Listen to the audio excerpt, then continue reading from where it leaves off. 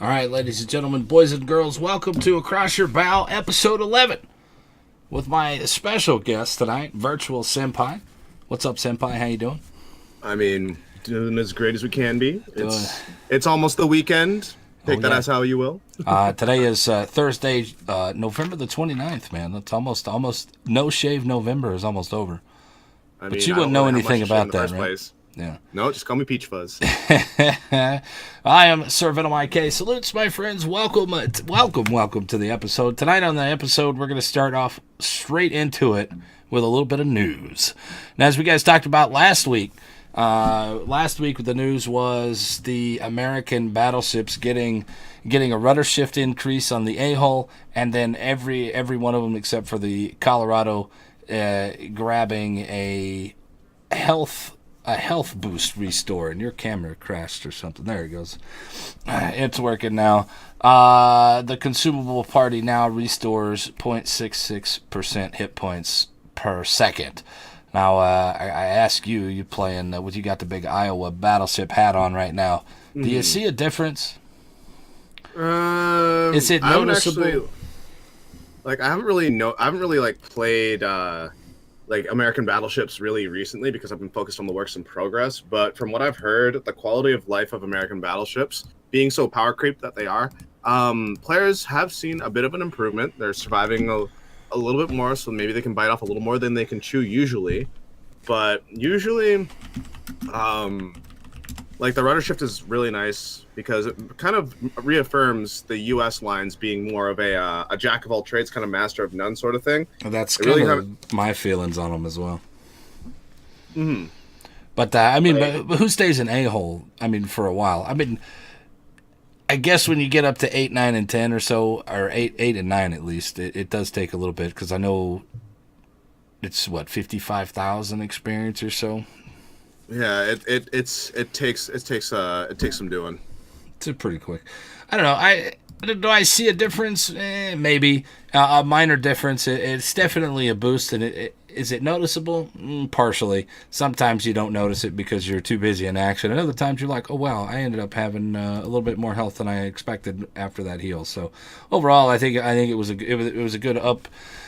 Maybe try to put the U.S. back in the mix on things because a lot of people have gotten away from playing the U.S. in favor of the Japanese or the Germans or the French. Mm-hmm. The French are really, really taking off, man. I think probably one of the best all around lines that I've played so far has been the French battleships. Regardless of my feelings about Tier 7, it's still really strong. Mm-hmm. It's funny you should say that because today and the last few days, I've actually been seeing a lot of Montanas and Iowas out, especially North Carolinas as well. So even though in their previous state, the American battleships weren't that attractive, I guess, because they were that jack of all trades. With the buffs that they're getting as well as the heal. It's making the line a lot easier to go through, especially in such an HE heavy meta.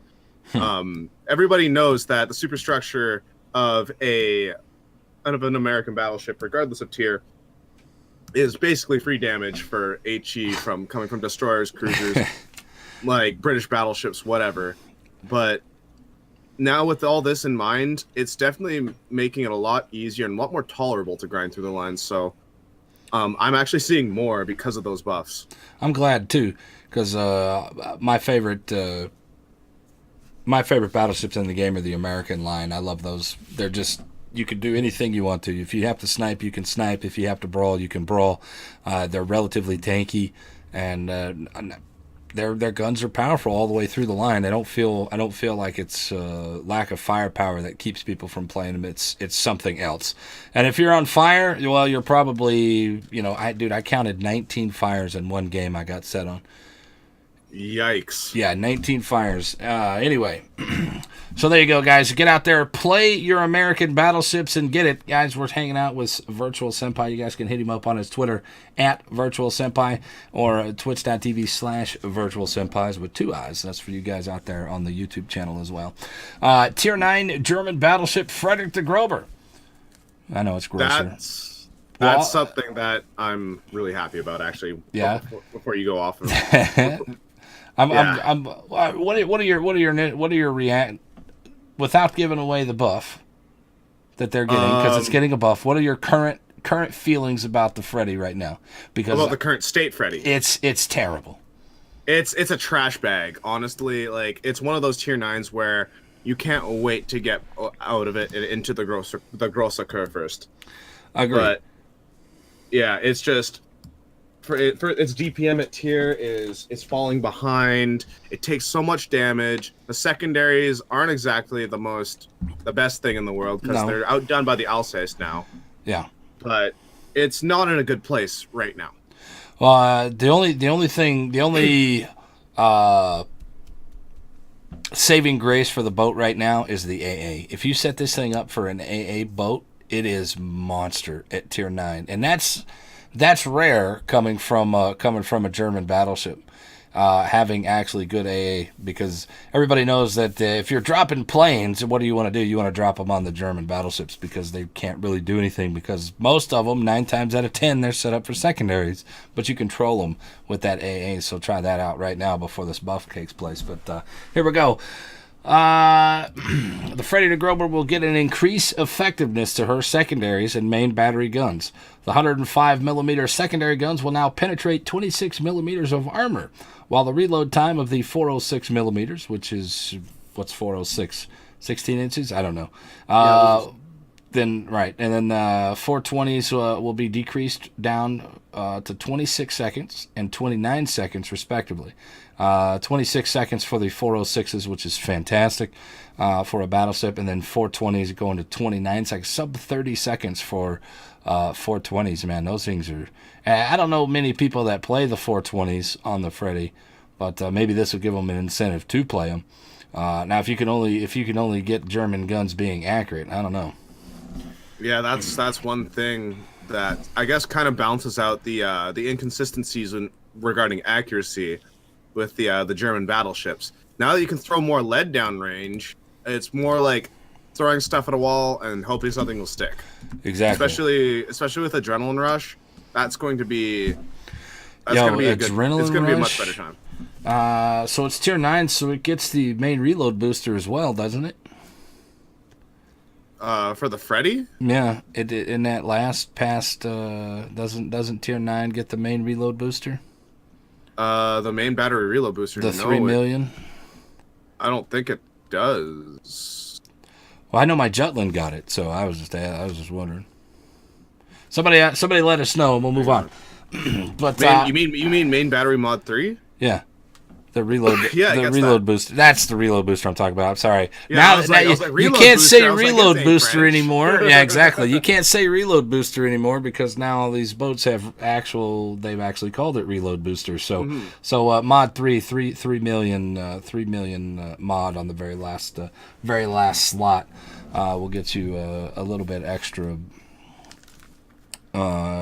Get your 26 seconds down a little bit further, so it can seriously sling some 16-inch shells, which are probably I think the best shells in the game, honestly. That's just my opinion, though. So secondaries are going to be now penetrating 26mm of armor. That's going to be even stronger against destroyers, which is pretty good considering the BBAP changes did go through, and battleship mains everywhere have been whining and complaining about it. So I do think that this will be a very good, I guess, countermeasure for the German battleships, making it so that their role as a battleship, they can push DD-infested caps and help out their team, but they must not do it alone. If they push with a team now, these German battleships, with their combination of hydro, insane secondaries, let's say, for example, you have a since I've been playing it a lot, an Alaska behind you. The Alaska picks up a destroyer with radar. Manual secondaries on the FTG. That destroyer's health bar is going to go gone. Yep. You're going to see a lot of white. Well, you can also sit there and play it to its strengths, right? This is something that we talked about. We talked about in the Massachusetts when the Massachusetts was coming out with the long, 11.3 kilometer secondaries. The Germans have long secondaries too. Maybe they're effective, maybe they're not effective. That's all depending on the situation. But you could take your battleship and put it into a range, right? And put it in range to where you're covering the entire cap with your secondary range. You can still be in relative safety by doing this as well. And then somebody hits their radar, boom, there goes. Now you're a big giant deterrent out there, and you're going to take a little bit of damage while you're doing it, obviously, but still, you're a big giant deterrent. Maybe it could pull the favor of that cap early on in the game. Exactly. Like, precisely. That's something that I actually don't see a lot of. I just see a lot of, like, the big consensus about German battleship players is they're big, dumb, and lumbering, and they're free damage pinatas. But with this buff, it's going to help those players kind of understand more the role. It's like, hey, my secondaries are getting buffed. I need to start playing to those strengths, which a lot of people still won't realize. But sometimes, like, a lot of them will be like, okay, you know what?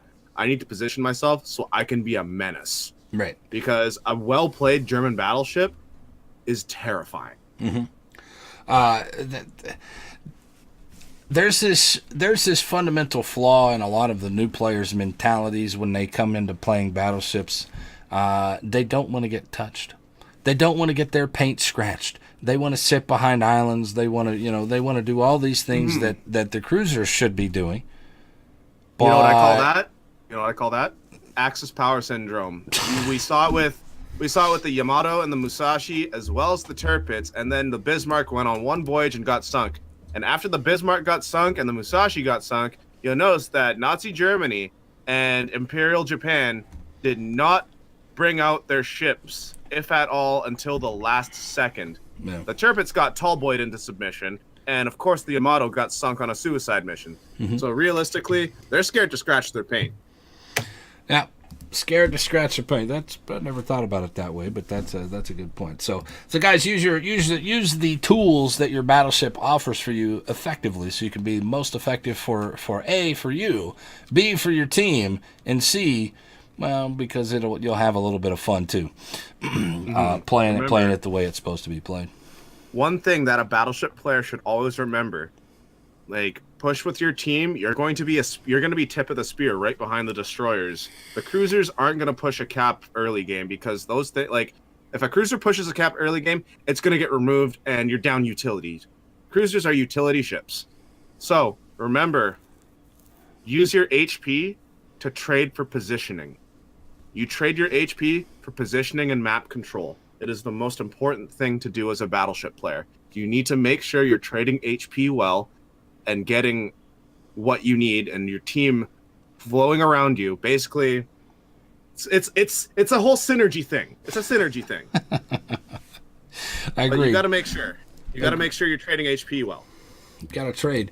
You don't want to get jacked up for 20,000 and not be able to dish any back. So, exactly. Moving on into the next one now. It's either the next two that we're going to talk about is two boats that are arguably. I personally don't have a problem with these boats, but a lot of people hate them. The Miyogi and the Izumo. Oh boy, yeah. A lot of people hate the Izumo and the Miyogi. I understand the Miyogi. It's it's tier 4. It's terrible accuracy, terrible guns, whatever. And the Izumo, I played it before they buffed anything on it. So it was rough to play it, but once I figured out that if you just keep moving and keep those guns hot, you're gonna end up doing quite a bit of damage. And then they buffed it to the 32 millimeter deck armor, so it made it even stronger. Now they're gonna make it even stronger here with an armor pin buff. Let me read this out here. In update 7.12, due to an increase in armor penetration of their AP shells, they didn't give any numbers of what the actual penetration is going to be, but we'll be able to figure that out once it releases, and then we'll bring that information to you here on the podcast. Miyogi will receive a buff to their reload time, and it will be decreased down to 28 seconds. So Miyogi shooting 28 seconds, not that big of a deal. but the armor pin for the Izumo is probably the most important thing to take out of this, because you're going up against Kronstadts, Stalingrads, Moskvas. Everyone's got 50 millimeter bow pin. I'm hoping that this is enough to pin these bows. I doubt it, but you never know. The only downside that I see to this is that how many more overpins are you going to get now on the broadside cruisers? Well, the thing is, remember, it's not like you're going to penetrate, but that just means you're going through the armor. It is not modifying the fuse timer on the shells. So you will not get many more overpins, but however, you will see less shatters. Well, I'm all for less shatters. I know exactly. Guys, I don't know if y'all have seen this or not, but did you guys see Static the Warmonger shot the other day in his Montana? Nine full penetrations, 2,000 total damage. Yeah, there's something wrong with AP right now. There's totally something wrong, and I don't know what it is, but like I'm just not getting damage. Like I was hitting things with the Alaska for like 4 or 5 full pens, and I was getting like 3.7. I'm like, what the hell's going on here? Like I'd get 2 full damage pens, and I know they didn't hit a turret because I saw the shells hit the upper belt, and since this is in current iteration, and I could talk about a work in progress. The Alaska's alpha for AP shells is 8,900, which is basically you're hitting a citadel at that point. But like usually that should like pen damage should be like around like 3,000 for that, because I mean like if you compare similar caliber like the Stalingrad or the Kronstadt, you're getting around there. But with the Alaska, it was just it made me kind of scratch my head, made me kind of think a little bit. There's been this fundamental shift over the past year and a half, and everybody sees it. They might not recognize it, but everybody sees it. There's this fundamental shift on the mentality of, I don't know if it's the developer side or if it's wargaming side or what, but they're trying to get people just to not shoot AP. I think that's what it is.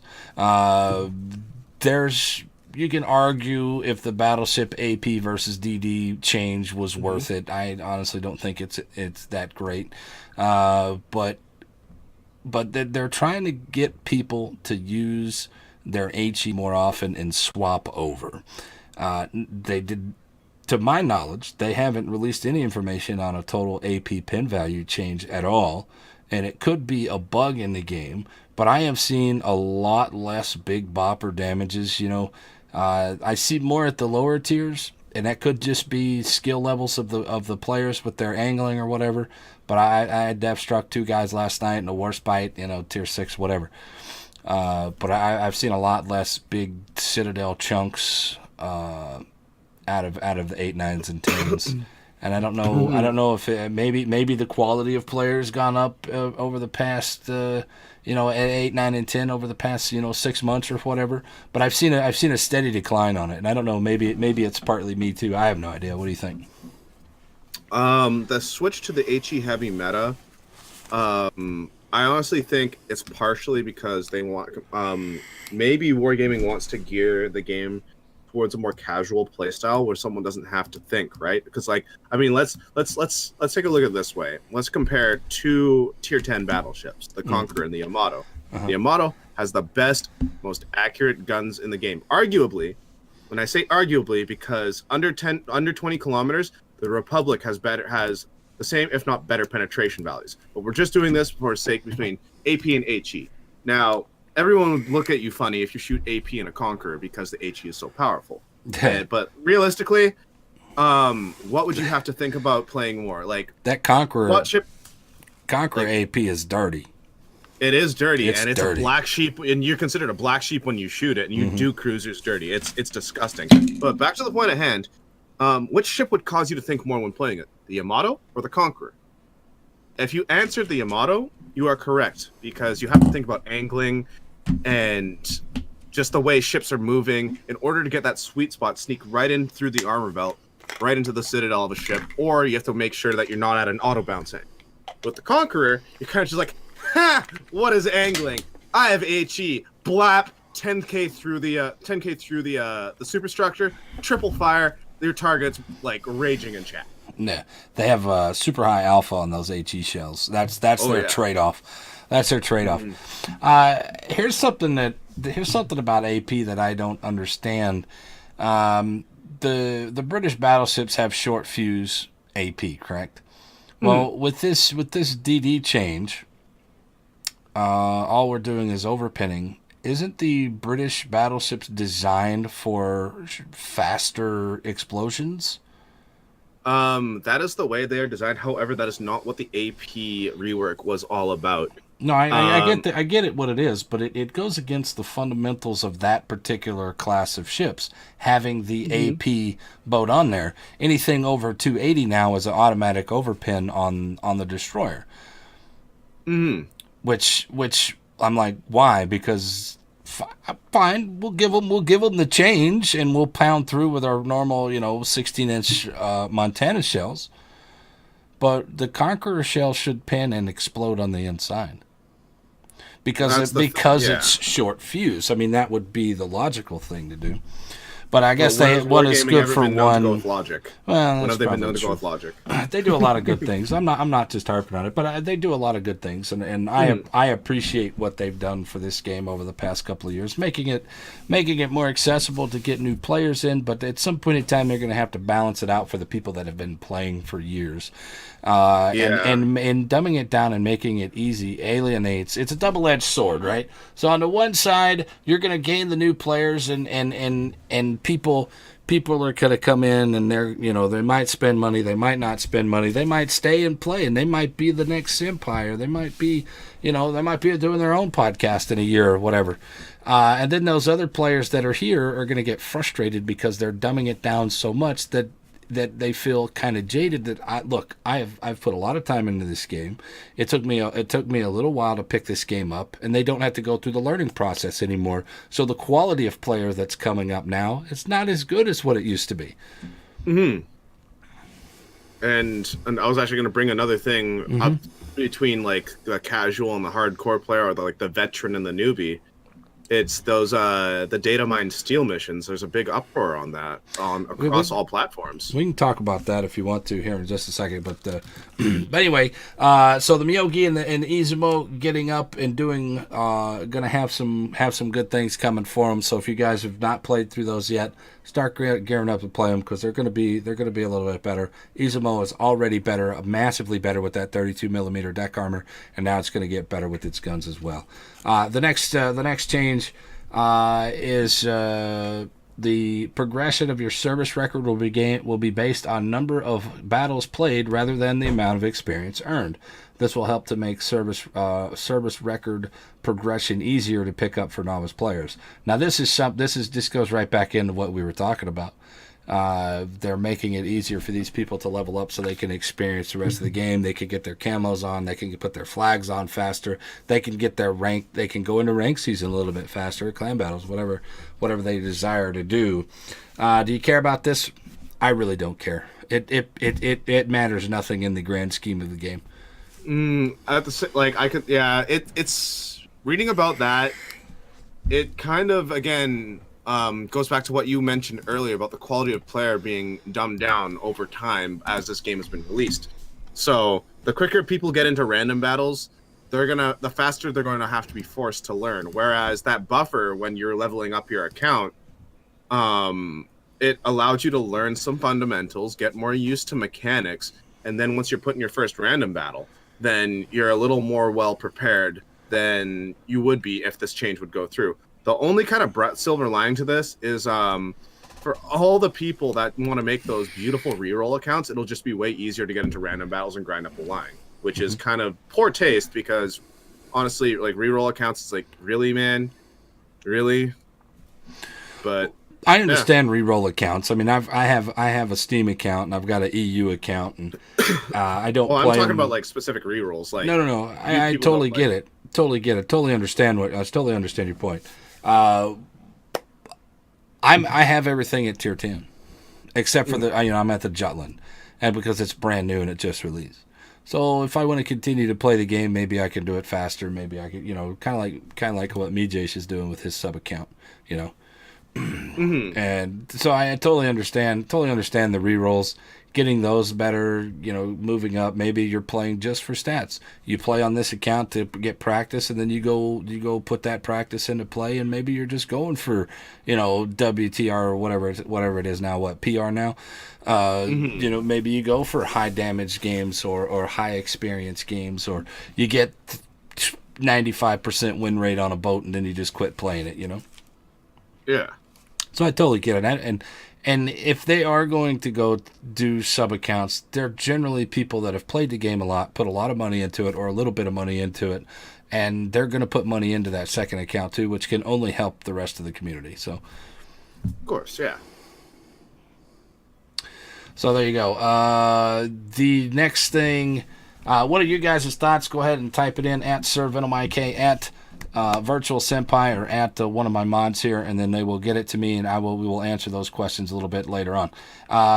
So Senpai, did you know, what do you use your doubloons for right now? What do I use my doubloons for? I use them for respecking captains when I'm given works in progress. Sometimes I use them for free XP or retraining captains, because I like swapping around captains onto different boats that aren't premiums, or I just use them I just let them kind of sit. Like right now I don't have very many because I've been training up a lot of captains and switching them around, trying different things to try and get a better handle on some of the test ships that I've been given as a CC. Mm-hmm. But realistically, my doubloons, they kind of, if I'm not doing any of that, they kind of just sit. That's pretty much what I do. I've got 13,000 of them sitting there because of the British things. I got the war spite, so I got a bunch of doubloons for rebuying the war spite. Pretty close to rebuying the Cossack again. And basically I have nothing to do with them unless I need some free XP, and maybe a captain retrain here and there. That's about all I use them for. But now, guys, in the arsenal, you're going to be able to use your doubloons for various in-game goodies. Spicy. So here we go. Is it pay to win? No, because you don't get any advantages. Maybe one could argue the extra fire, the extra heal, those flags are kind of advantageous for people if they use them. But the only one that I really care about that I would ever consider using my doubloons on is the debt flags. I think the debt flags are the greatest thing. The greatest thing in this game is those debt flags, man. Because it's a mechanic that's in the game, like detonations or don't like detonations. It is a mechanic, and the detonations equal less than 1% of the old total games played. So yeah, they take out a degree of RNG, which is really nice in a game that has so much RNG in it. Yeah. Regarding dispersion, just how your torpedoes come out, where a CV drops. Honestly, yeah, I agree. The debt flags are probably the most valuable. They're worth their weight in doubloons, we'll say. Yeah, we'll throw some doubloons out there. I can't wait, dude. I hope and pray that when we do it here on the stream here, twitch.tv/SirVenomIK, we take all try your luck containers. That's it. All try your luck containers, and I won't open them until I get a super container. So I have set at some point in time, I've had it in between super containers, something like 80 boxes before. Just trying to track at how fast I get super containers, and every one of them, if I pull debt flags, 100 debt flags or 50 debt flags or whatever it is, I give everybody in the chat some kind of stream currency or whatever so they can use for giveaways later on. But I love debt flags. I think they're the best, man, because I use them so much in the competition side of the game, clan battles, which we'll talk about a little later on, or even ranked battles. I use those every game because that's the worst thing that you could do is detonate, and there you go. Now you're down a ship, and you have to put so much pressure on the rest of your team to perform to pull that victory out there. And that's just not fair. Like everybody knows that if you don't wear a debt flag in ranked, you're actively hindering your team. Yeah, trust me. But late season, you can't really help it though, because people will sometimes play. I don't know. Last ranked season I played, that was the normal, not the sprints. 400 and something games took me to rank it. So I didn't actually rank out because I was doing the pure balance grind. Yeah, that Stalin grind. And contrary to popular belief, it was very easily countered mid to late season. And so I was just like, you know what? Screw this. I'm giving up. I don't need to prove myself. That's Conqueror does that really well. Counter that Stalingrad. Same with the Henry, but I'll talk about that more later. The Henry. I'll talk about that more later. Good. All right, we'll talk about the Henry later. Speaking of that, let's transition to the next thing here. Ranked sprint. New information on ranked sprint. I don't have the dates. I didn't ever found any confirmed dates on this next ranked sprint. But T6 ranked sprint. There's going to be 2 of them, just like the T5s. It's going to be a tier 6 ranked sprint. Now, I don't know about you, Senpai, but my all-time favorite season that I've played has been T6 and tier 8. And I actually ranked out the first time it was T6 on the Hatsuharu, which was rare because not a lot of everybody said, "Oh, you got to play the Fubuki for that torpedo DPM," and I'm like, "Nah, I want to play this for the detection." But now at T6, there's something out there called the T61. I was gonna say the T61 is gonna be glorious. It's gonna be awesome because of the hydro. I think the guns are kind of meh. Let's be fair. The HE on the German destroyers is really not that great. If you can get the destroyers broadside, you can outgun the hell out of them with that AP. It's really, really good. So T6 ranked. What do you think?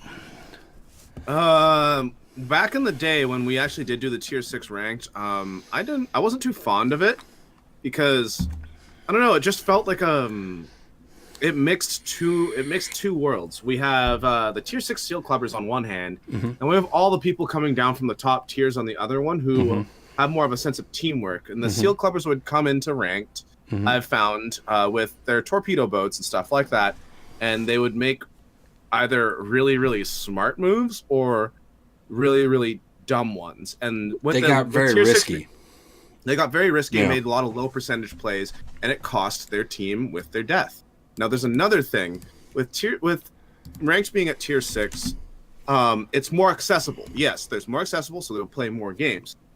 However, with it being more accessible, you're going to get more new players, and through that, you will play There more games. you go. Unwillingly. So ranked is that's why I like the higher tiers. It's frustrating, and I totally understand your point there about the frustration. But when you and I lost what I was going to say. So either way, tier 6 ranked I thought was probably one of the most balanced seasons ship wise. Because the cruisers are very good at tier 6, the battleships are very good, and the destroyers are all very good. There's no one class at tier 6 that really shines better than any of the others. At tier 5, the destroyers and battleships are really strong. The cruisers are pretty bad. At tier 6 for the last tier 6 ranked season, I would actually say a very good Ryujo could carry the team. Well, CVs don't really count as boats, do they? CV lives matter. CV lives matter. Well, we don't. When I say these things, I don't really account for the CVs because CVs just trump everything. They're like Scissors Lizard Spock over there, man. You know what I'm talking about.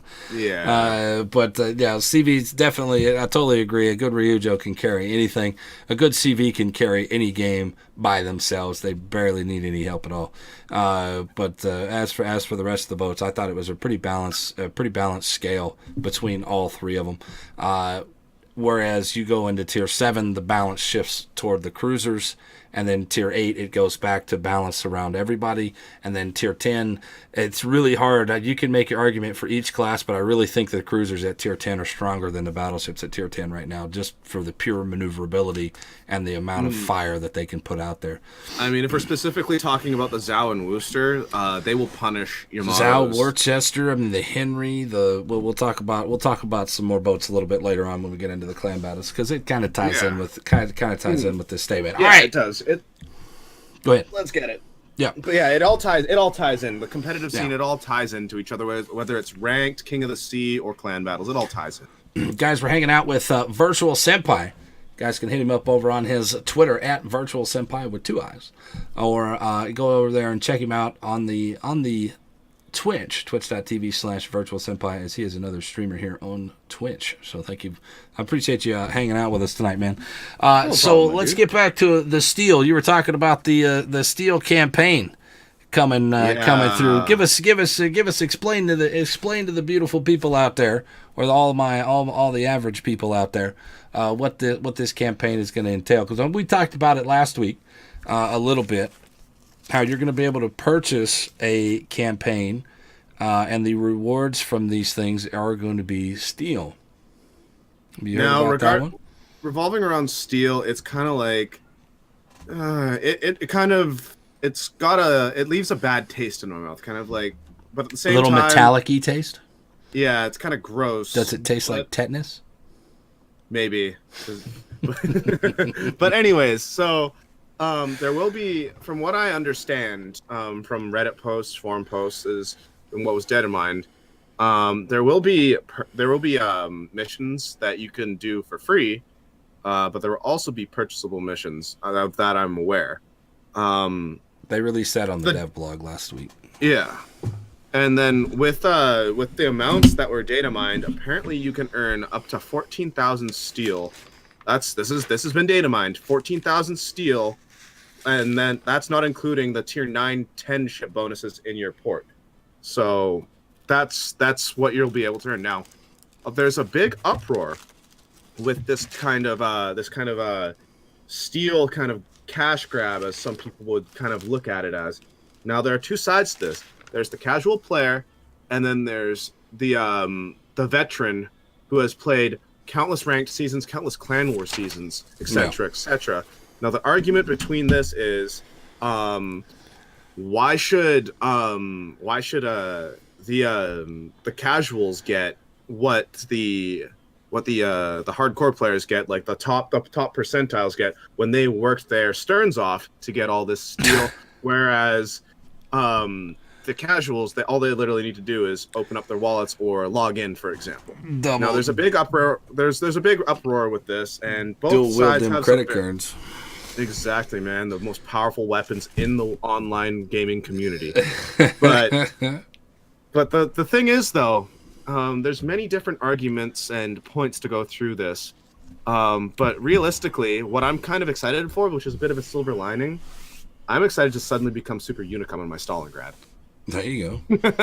There you go. But at the same time, I'm still very disappointed that steel is being given out so readily and so easily, because it's kind of like all one big lump sum.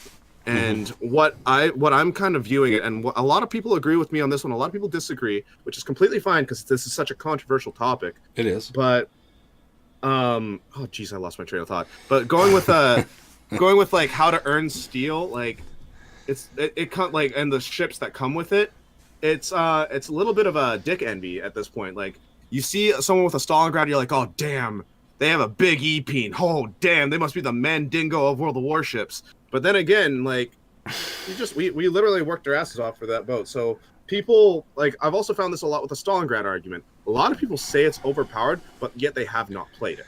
Yeah. Which is one of the biggest things that, like, one of the biggest problems that I have, because she is so easily counterable. And I'll get more into that with the Clan Wars kind of our discussion that we have later, that Venom has planned later.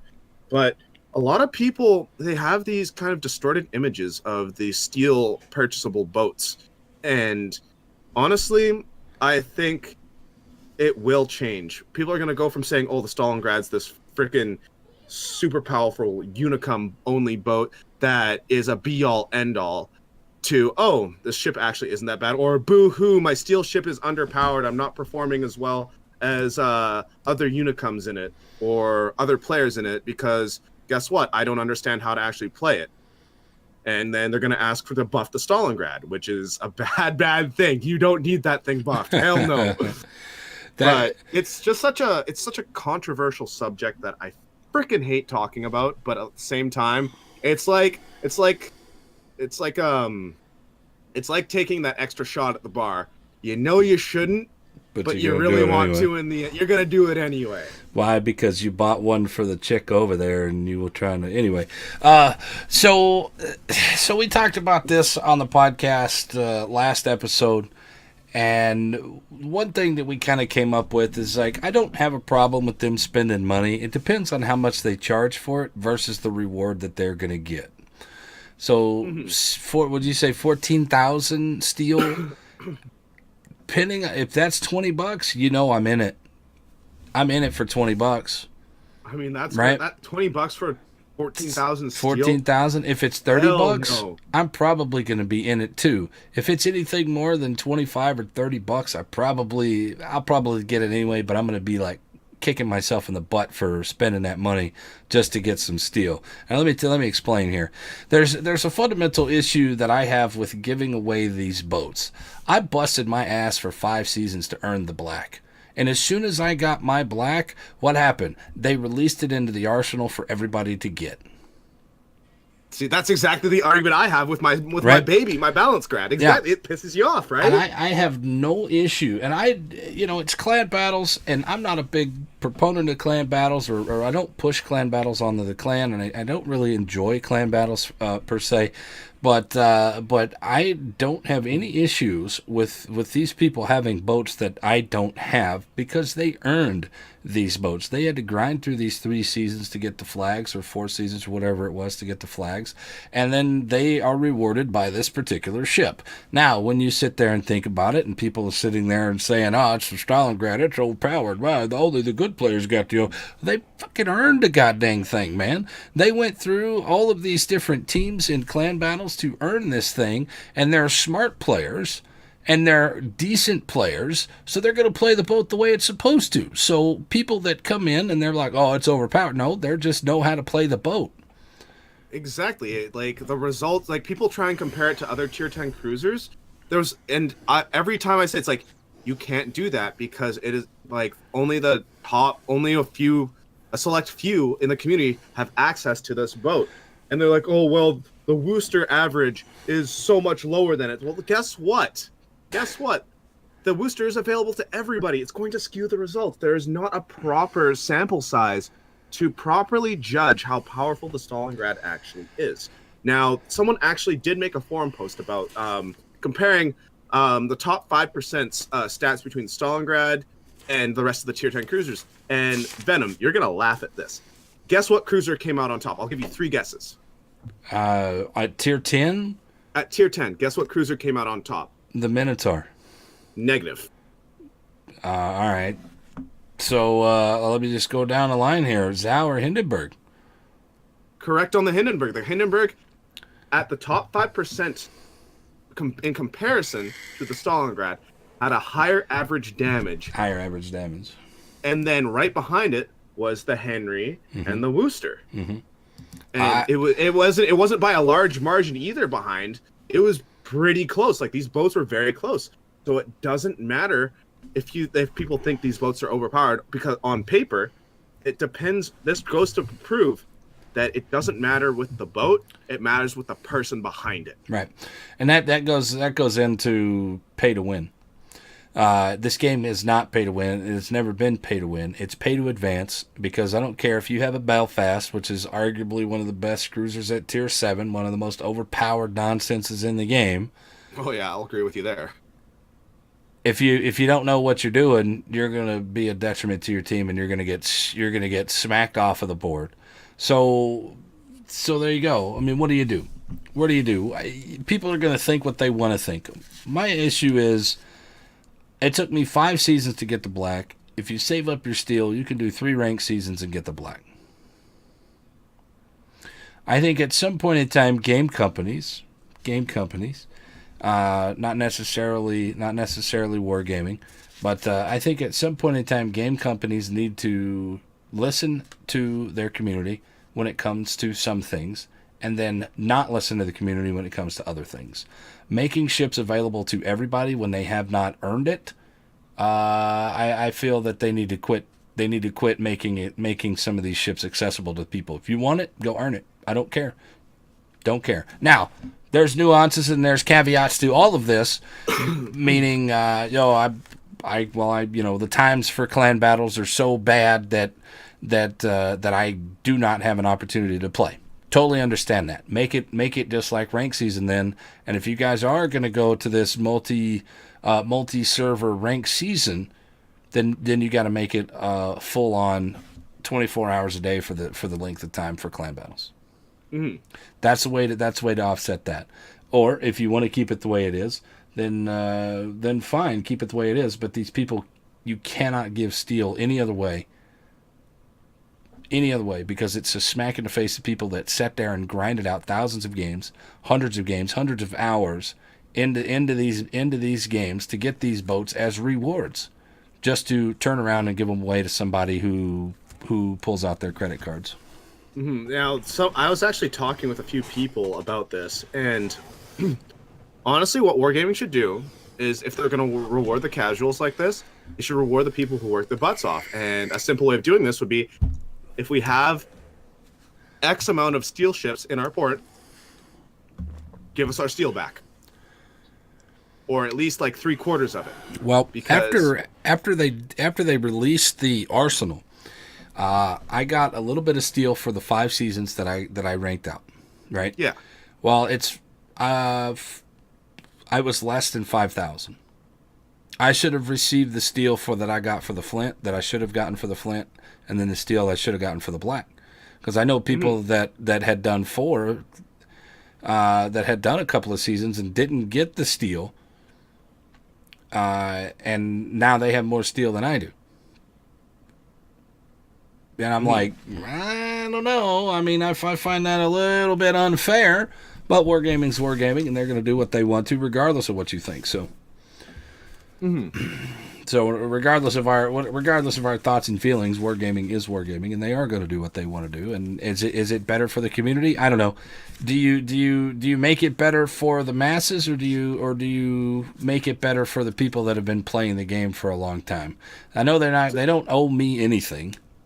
I mean, when it comes down to it, when you're right down to the foundations, wargaming is a business, and they will do what is best for their business interests, aka making profit and filling their coffers. So in order to fill their coffers, they'll give us more content.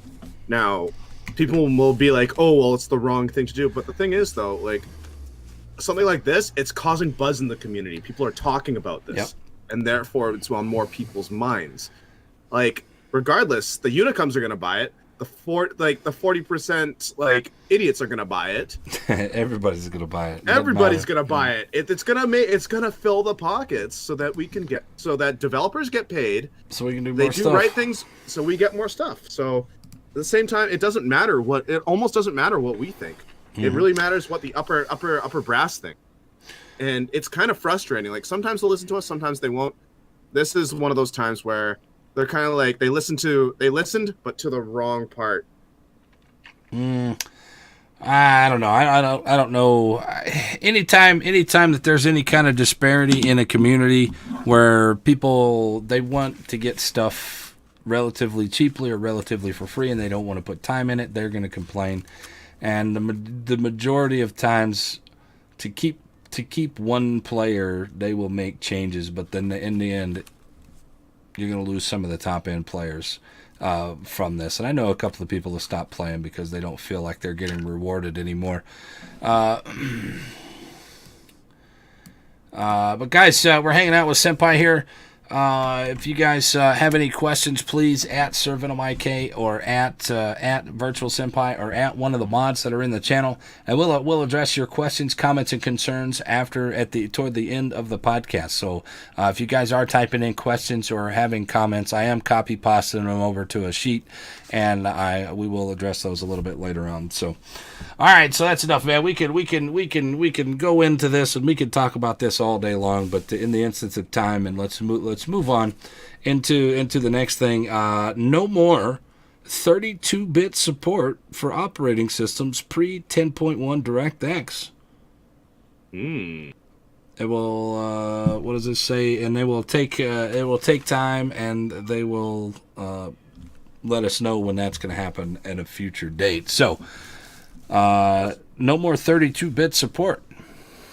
That's gonna fry some of the Russian potatoes over there, because like going up to 64 only. Like, given like PCs are advancing at an alarming rate. Personally, like, if I had the money and wasn't doing my own fundraiser to survive this month, I would Yeah. probably get a 2070 and start making a streaming, like a mini ITX build. But this is going to hurt more players than it's going to do good. Sure, the game the game quality will improve for some people, but honestly, I'm not sure how to feel about this. I'm okay with it. I don't see a problem with it at all. There's only limitations at what you can do on 32-bit, and I believe it's 4 gigabytes of RAM is the minimum that you can do with it. And if they do take out 32-bit support, then that's going to open up some of the engine, I believe. Mm-hmm. And then that way they can throw more shit into the engine before they have to rebuild the engine. Mm-hmm. Which they did say, if I remember correctly. Maybe I misheard this during the Suboctavian presentation at the Anchors Way at Anaheim. Well, you were there. Maybe you heard this. They said they were talking about rebuilding the actual engine from the ground up at there. Maybe I misinterpreted what he said, but I thought I heard something about that. But I don't remember. But either way, 64-bit only, and then a DirectX 10.1 or better is what the specs are going to move to. Mm-hmm. Which should be the thing, because I mean, like, again, as I said earlier, PC and our hardware is excelling at an alarming rate, and we should be preparing for that, and gaming companies are preparing for that as well. So it may be a step in the right direction for now, but it may, like, short term it'll hurt some people, but long term, the community will be very thankful for it. I think so. I think it's a good thing, and anytime that they can advance the game graphically or physically, and maybe fix some of the bugs that are still in the game, and if some of these bugs are derived from the 32-bit client that bleed over into other things, I totally understand them wanting to get rid of it. Mm-hmm. All right, so that's all the news that I have. Like I said, if you Senpai, you got anything else that you want to talk about news-wise? I'm just gonna say this right now for the end. Do not ask me when the Alaska is gonna be released. I do not know. There is nothing to know right now. They don't even know. Well, they have an idea of how they're going to release it and when it's going to release, but we're not gonna ask questions that possibly get Senpai in trouble, whether he knows the answer or not. That's not why I have him here. But speaking of questions, I got a few for you. You ready for the 9 questions of average? Let's get it. All right, boys, 9 questions of average. New segment here to get to know our guest. Our guest tonight is at Virtual Senpai over on the Twitter, and twitch.tv/Virtual Senpai here on Twitch. And let's get to know you here a little bit, man. How in the world, number 1, how did you find World of Warships? All right, so how I found World of Warships was kind of actually by chance. Being a naval buff, throughout my entire life, starting when I actually saw a National Geographic documentary about the Battle of Midway back when I was like 6, 7, 8, something like that. I became very interested in naval warfare through there, and as one does. Yes, so I went through that. I would study it, etc., etc. Fast forward to when Closed Alpha was finally announced. I got a spicy little email. I was like, hey, that's pretty good. So, long story short, I found the alpha, and I entered the alpha, and the game was unpolished. It was very raw, and we went through the closed beta, and then we went through the open beta, and then we got to full release. But basically, I found out because of it, because I liked playing wargaming games. Like I enjoyed tanks. Did you play tanks? I did play tanks, and I wasn't the greatest. Like I was the kind of guy who would run around not caring about stats in like my Panzer 1C or the AMX ELC. I like just ripping around and putting a 90mm shell right through a tank's like flank, and that felt really good.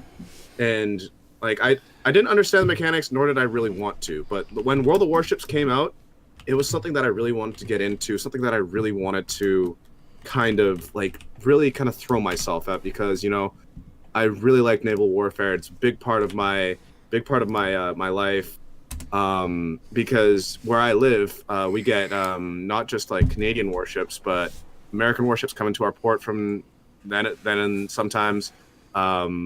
My parents, they supported me through like all the stuff that I loved. Like they would buy me like Battleship PC games, they would buy me models, stuff like that. And it's really kind of like it's come to the culmination of me finding this game and really enjoying it for what it is and the historical values. Like every little new thing that wargaming releases is kind of like, hey, that's pretty cool. I want to see how this works and see like all the little fine details. So that's how I kind of found World of Warships, and it was kind of like a little bit of a blessing in disguise. And your initial reaction, your initial impression of the game was very broken and flawed?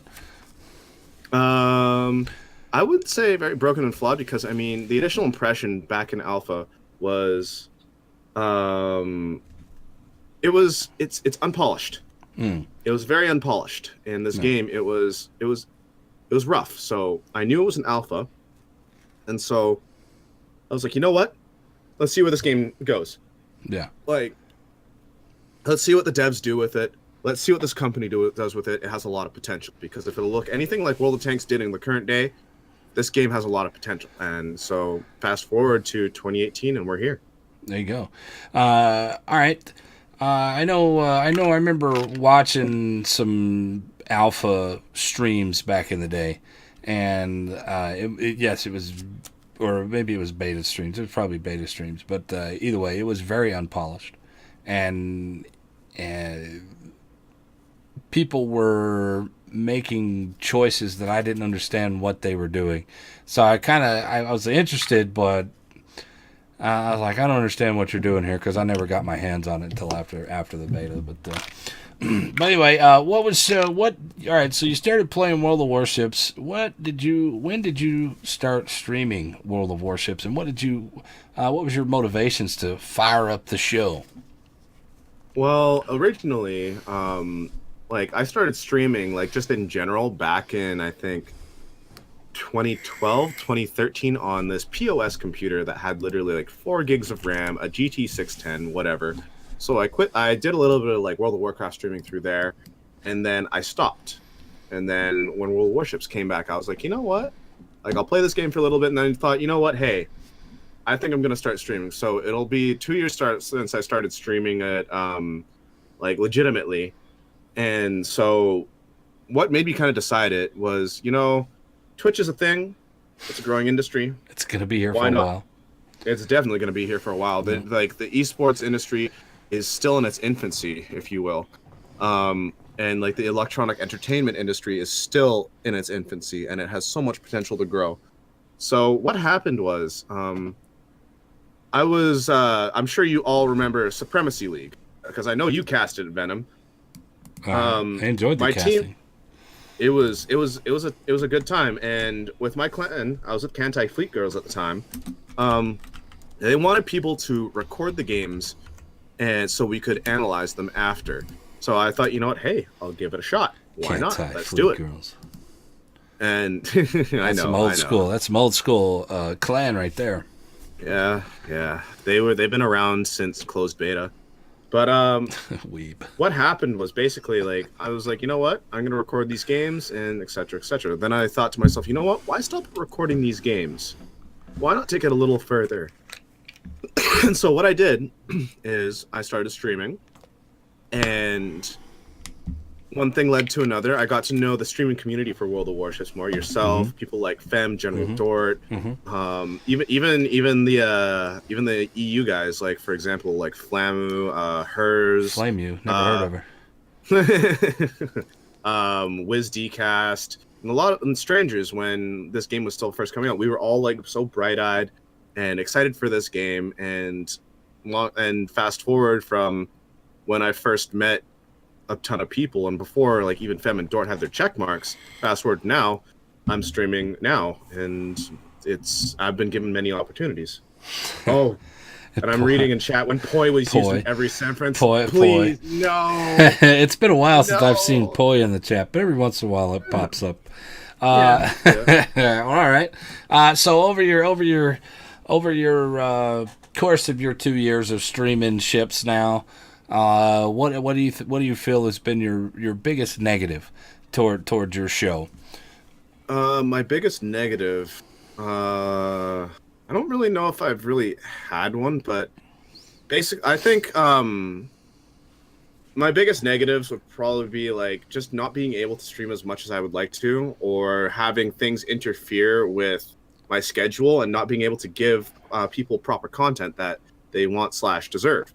So, for example, I went to school and I wasn't able to stream, so it was kind of like, well, like Stone the Crows. I'm upset. I can't provide content, and then I get out of school, I start streaming more, and then things like family issues come in, and I don't know, like just the biggest issues for me was just taking time away from my normal schedule because I had everything kind of laid out, and just having like a wrench thrown into the works, and you're just like, oh, come on.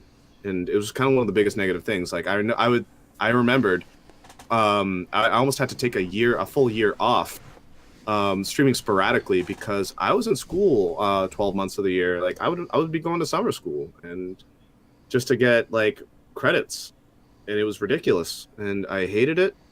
But Gotta get now your I'm grade. You gotta get your grade 12, man. of course. Well, it wasn't grade 12. It was more like I needed credits for university in order to move and get certain classes for the next semester. Totally understand. But it was really the most annoying thing to me, just not being able to kind of like get there and not be able to like get to know, like flourish in the community, get to know people. That was one of the biggest setbacks I had. Networking is very important, and especially in the ships community, because Yeah, exactly. Wow. If you want success in the ships community, a lot of, like, I hate to say it, but a lot of the time it's who you know. I wouldn't necessarily go who you know, but it's more along the lines of who you interact with. And if you look at some of the statistics, and some of you other streamers out there will recognize it, you share a lot of viewers with other streamers. I share a lot of viewers with you, Dor, me, Jayish, Fam. I mean, Ashley. I mean, we share all of these viewers together, and that says something about this community, that they're willing to watch more than one person. Now everybody has their favorites. Everybody has their little niche of who they watch only, but a majority of the people will transition to other people as long as you're good, you talk and you have a good time and you have some pretty good content. Streaming's not too hard in this community. So all right, so so far, we talked about the downside of what happens. I mean, life happens, man. You got to take care of your life, and I know some people would like to stream more than they're actually able to with work and everything, and work or school or any of the other stuff. So I think you've done, my own person, not that my opinion matters much, but I think you've come a long way from when I first started watching you. So what do you think today has been your biggest break in streaming?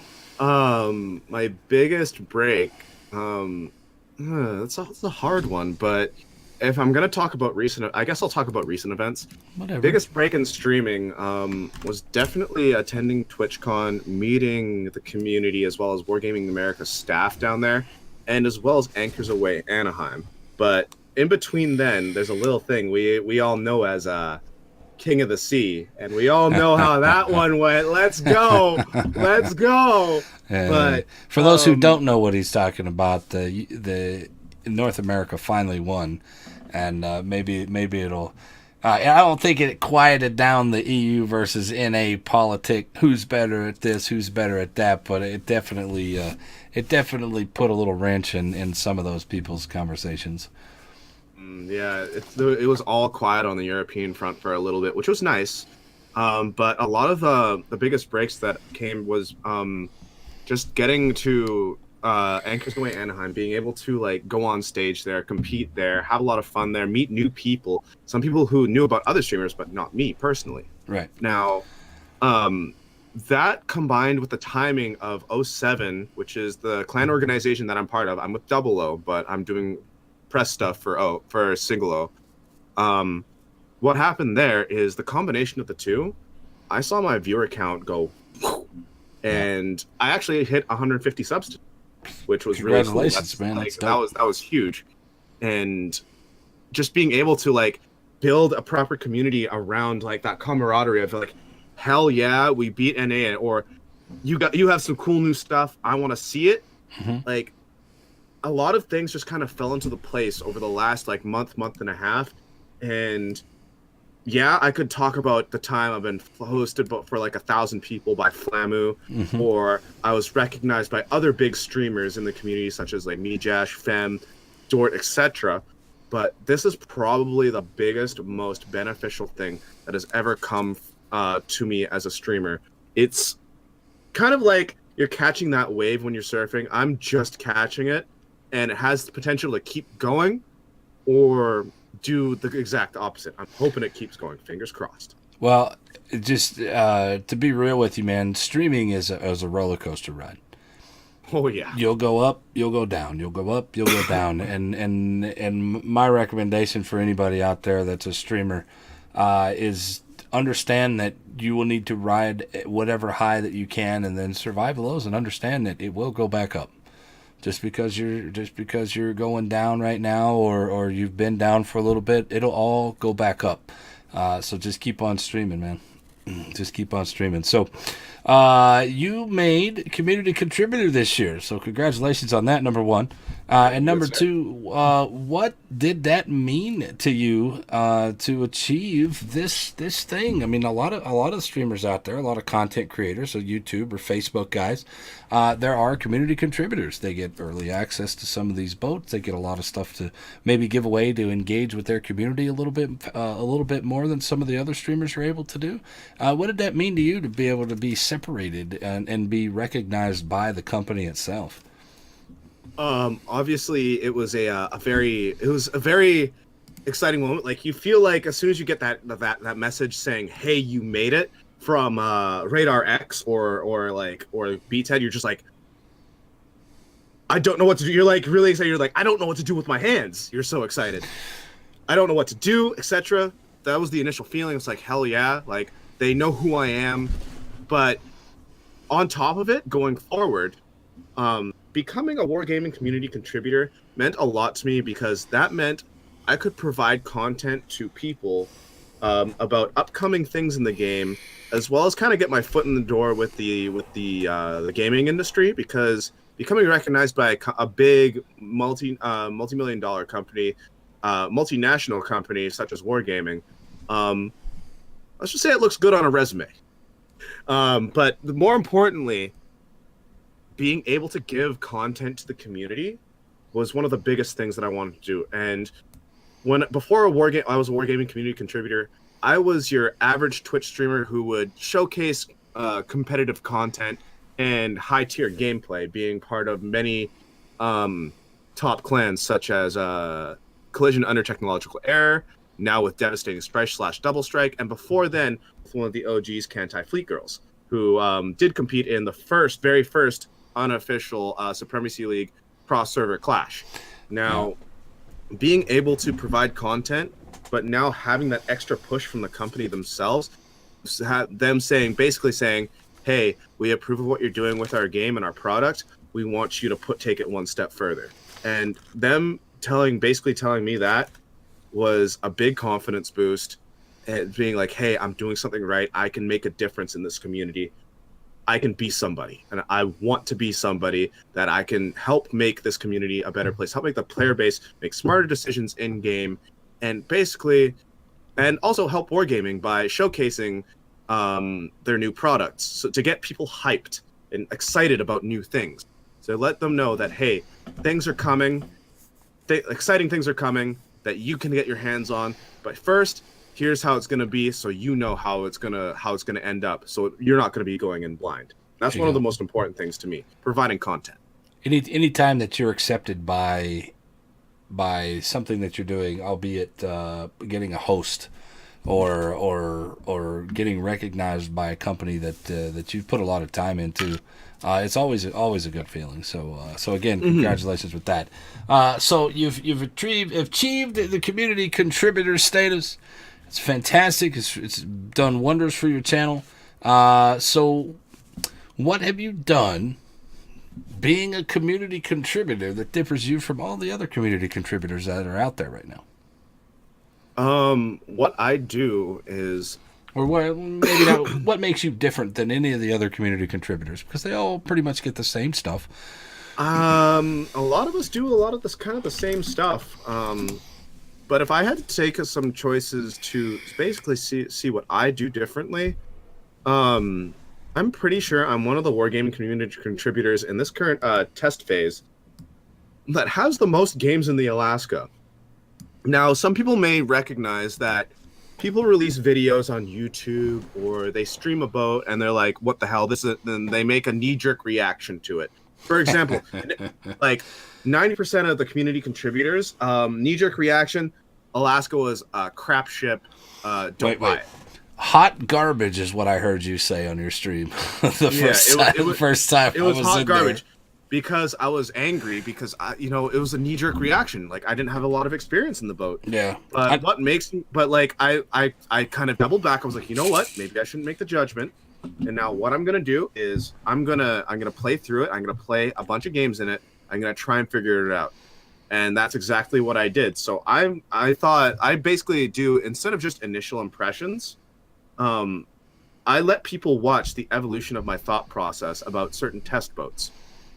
Now we're going to push. Now we're going to stay back. Now we're going to fire HE. Now we're going to fire. Yeah, I totally understand that. Exactly. And then what I do differently on stream is I actually announce what my thought process is. So essentially thinking out loud. So for example, I'm on Land of Fire playing in the Alaska, and I'm looking at, okay, you know what? I'm on the far side. You know, with the cap with all the islands, right? So I'm going to tell my chat, okay, this is what I'm doing. This is what my thought process is. There's nothing spotted yet. I'm going to go down this line. I'm going to support the flank because I know cruisers like to hide here. And then I'll circle apart on the map and be like, they like to hide here. So I'm going to try and get the cross shots or try to wipe them off the map so my DDs can advance. Now, if that doesn't happen, here's what I'm going to do. So I basically go through a kind of a thought process and a play-by-play as to what I would do with a certain boat on a certain flank and answer as many questions as possible for people that have questions for why I'm doing something or how I'm doing something or how this kind of boat reacts to this situation, etc., etc. You're giving out your mentality behind it, so maybe they can apply some of that to their own games. That's something to pay attention to. Guys, we're hanging out with Virtual Senpai here. If you guys have any questions for him or for myself or any comments or anything like that, please do at SirVenomIK. Or at Virtual Senpai or at one of my mods here in the channel, and we will get those. We will answer those toward the end of the show. Moving on here. Question. Now, Venom, before we start the next question, can I go to the bathroom real quick? Yeah, go ahead, man. All right, I'll be real quick. My bathroom's real close. All right, boys. We're gonna take just a couple of seconds here so he can use the restroom. Lundgren, what clan are you in, and do I do clan battles? Lundgren, we're going to talk about clan battles coming up here in just a second, but I am in the 5-inch clan, 5IN. I don't, they do clan battles. I don't particularly partake of it, and I'll explain some of my reasons later on in the podcast, but there are people in the clan that do partake of the clan battles, and so on and so on. Yeah, no worries, man. No worries. Guys, feel free. There's a couple more questions here, and then we'll get into our first topic of the day. We've been going for an hour and a half now. The news took a little bit longer than I had anticipated, but that's okay because we are honor bound to bring you good information and good opinions, or at least opinions. They're good. Take them or leave them. So, but anyway, hopefully you guys are enjoying the show so far. Here with Senpai as he comes back in, And we're going to go right back in. Differentiation, when you're a streamer, differentiating yourself from the next guy is important. Have something that makes you unique. And you know what's unique when people start copy pasting that on their shows. And so far, I haven't seen anybody copy pasta any of your stuff yet, but they will eventually. So just understand that that's going to happen. All right. So speaking of that, you're over here, guys, on Twitch. Twitch.tv/viirtualsenpai. Give them you know what? I'm going to skip that question till the end of the show. But do you have any tips for any of these guys becoming a streamer for ships? Becoming a streamer for ships. Let's see. What can I say? So, for starting streamers, what the most important thing is for you to do is never give up.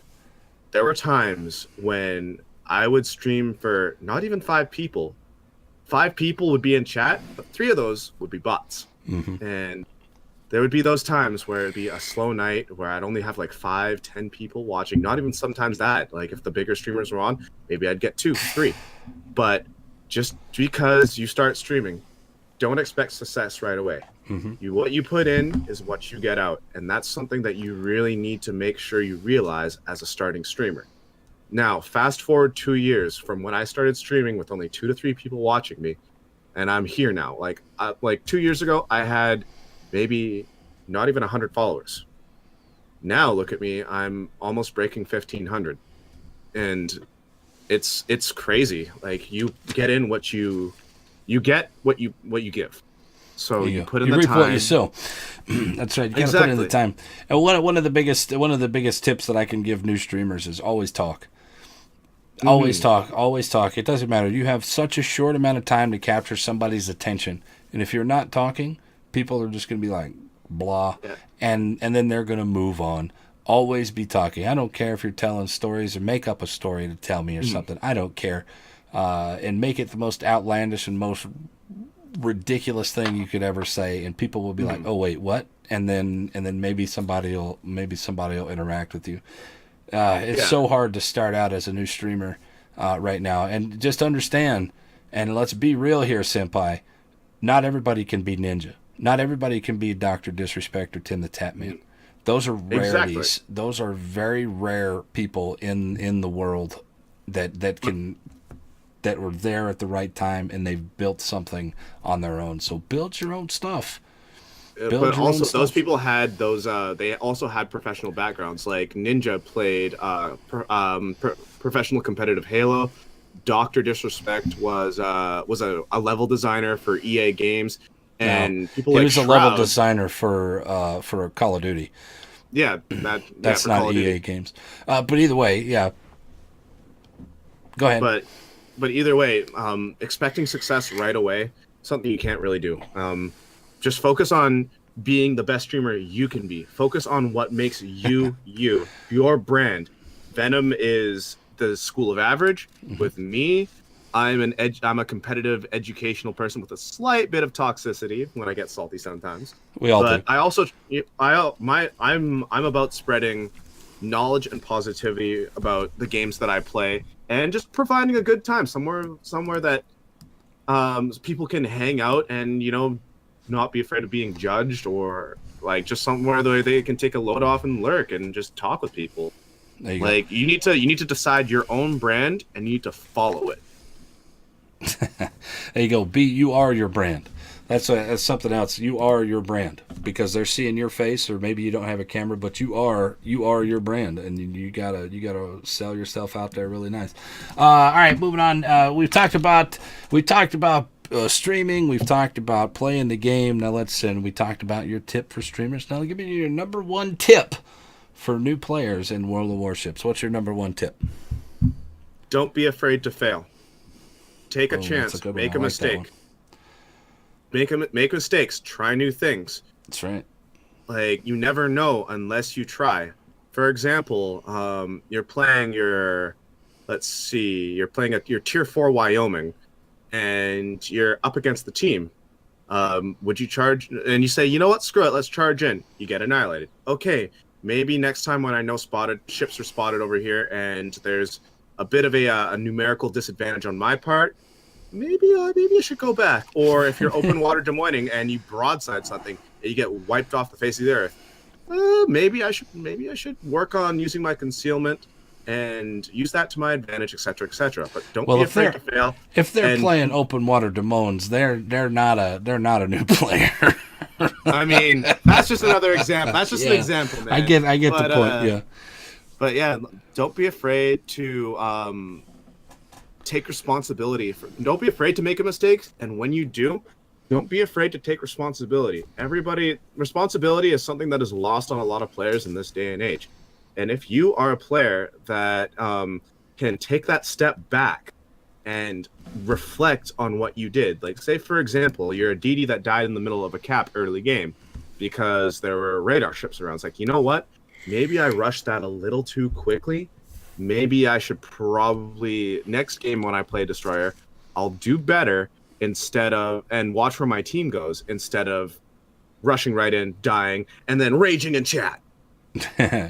Yeah, we'll talk about some of that here in a minute. So moving on to the last question that I have for you that I didn't send you was what is your favorite ship and your favorite map?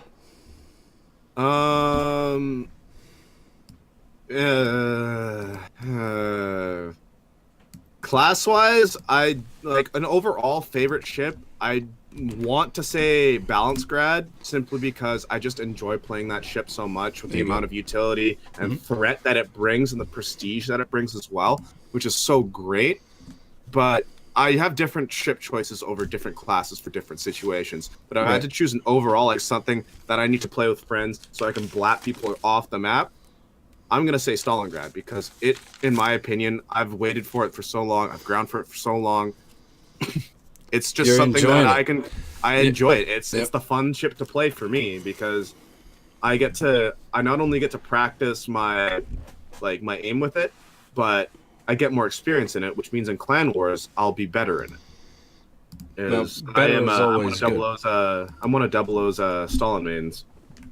Now, I went from Zao to Stalingrad. What a big playstyle change, hey? Yeah, that's definitely a big playstyle change. And for your favorite map in the game? Let's see. I know the answer to this question already. Two brothers up the middle. No, that's you, sir. Oh, my bad. You're close. It's top three. There you go. But I would definitely say my favorite map in the game would probably be the reworked Islands of Ice. It's not bad. I'm really enjoying that one because it really opened, like the reworked Islands of Ice, you really open up the sea cap now because there's not that big mountain range in the way. I really enjoy it because it gives the map more room to breathe. And there's a dead zone on each side of B cap where cruisers can lurk and DDs can use as kind of open water to maneuver. And I just really enjoy it. There's a lot of really sneaky places that you can actually get into on that map now. And I'm still figuring out new things about it, which makes it my absolute favorite for now. There you go. As long as you're learning, sounds like you and me are in the same boat. As long as you're learning, you're enjoying yourself immensely. All right, guys, we're hanging out with the Virtual Senpai here. We're gonna go ahead and move into our first topic of the day, which is patience. I have it labeled patience, and I'll explain what I mean here in a second. Guys, if y'all have any questions, please at SirVenomIK or at Virtual Senpai or at one of my mods, and we will get there. If you guys are over on the YouTube, leave some comments in the section below, and I will get to those questions as soon as I can see them, and as this will be up probably tomorrow. If you guys didn't catch the first part of it, we will put it up on YouTube at youtube.com/SirVenomIK. We'll put it up there coming up here probably tomorrow morning. So look for that if you guys want to check it out. So either way, moving on. Patience. My biggest tip out there is mini-map awareness. That's my biggest tip. My second biggest tip is patience.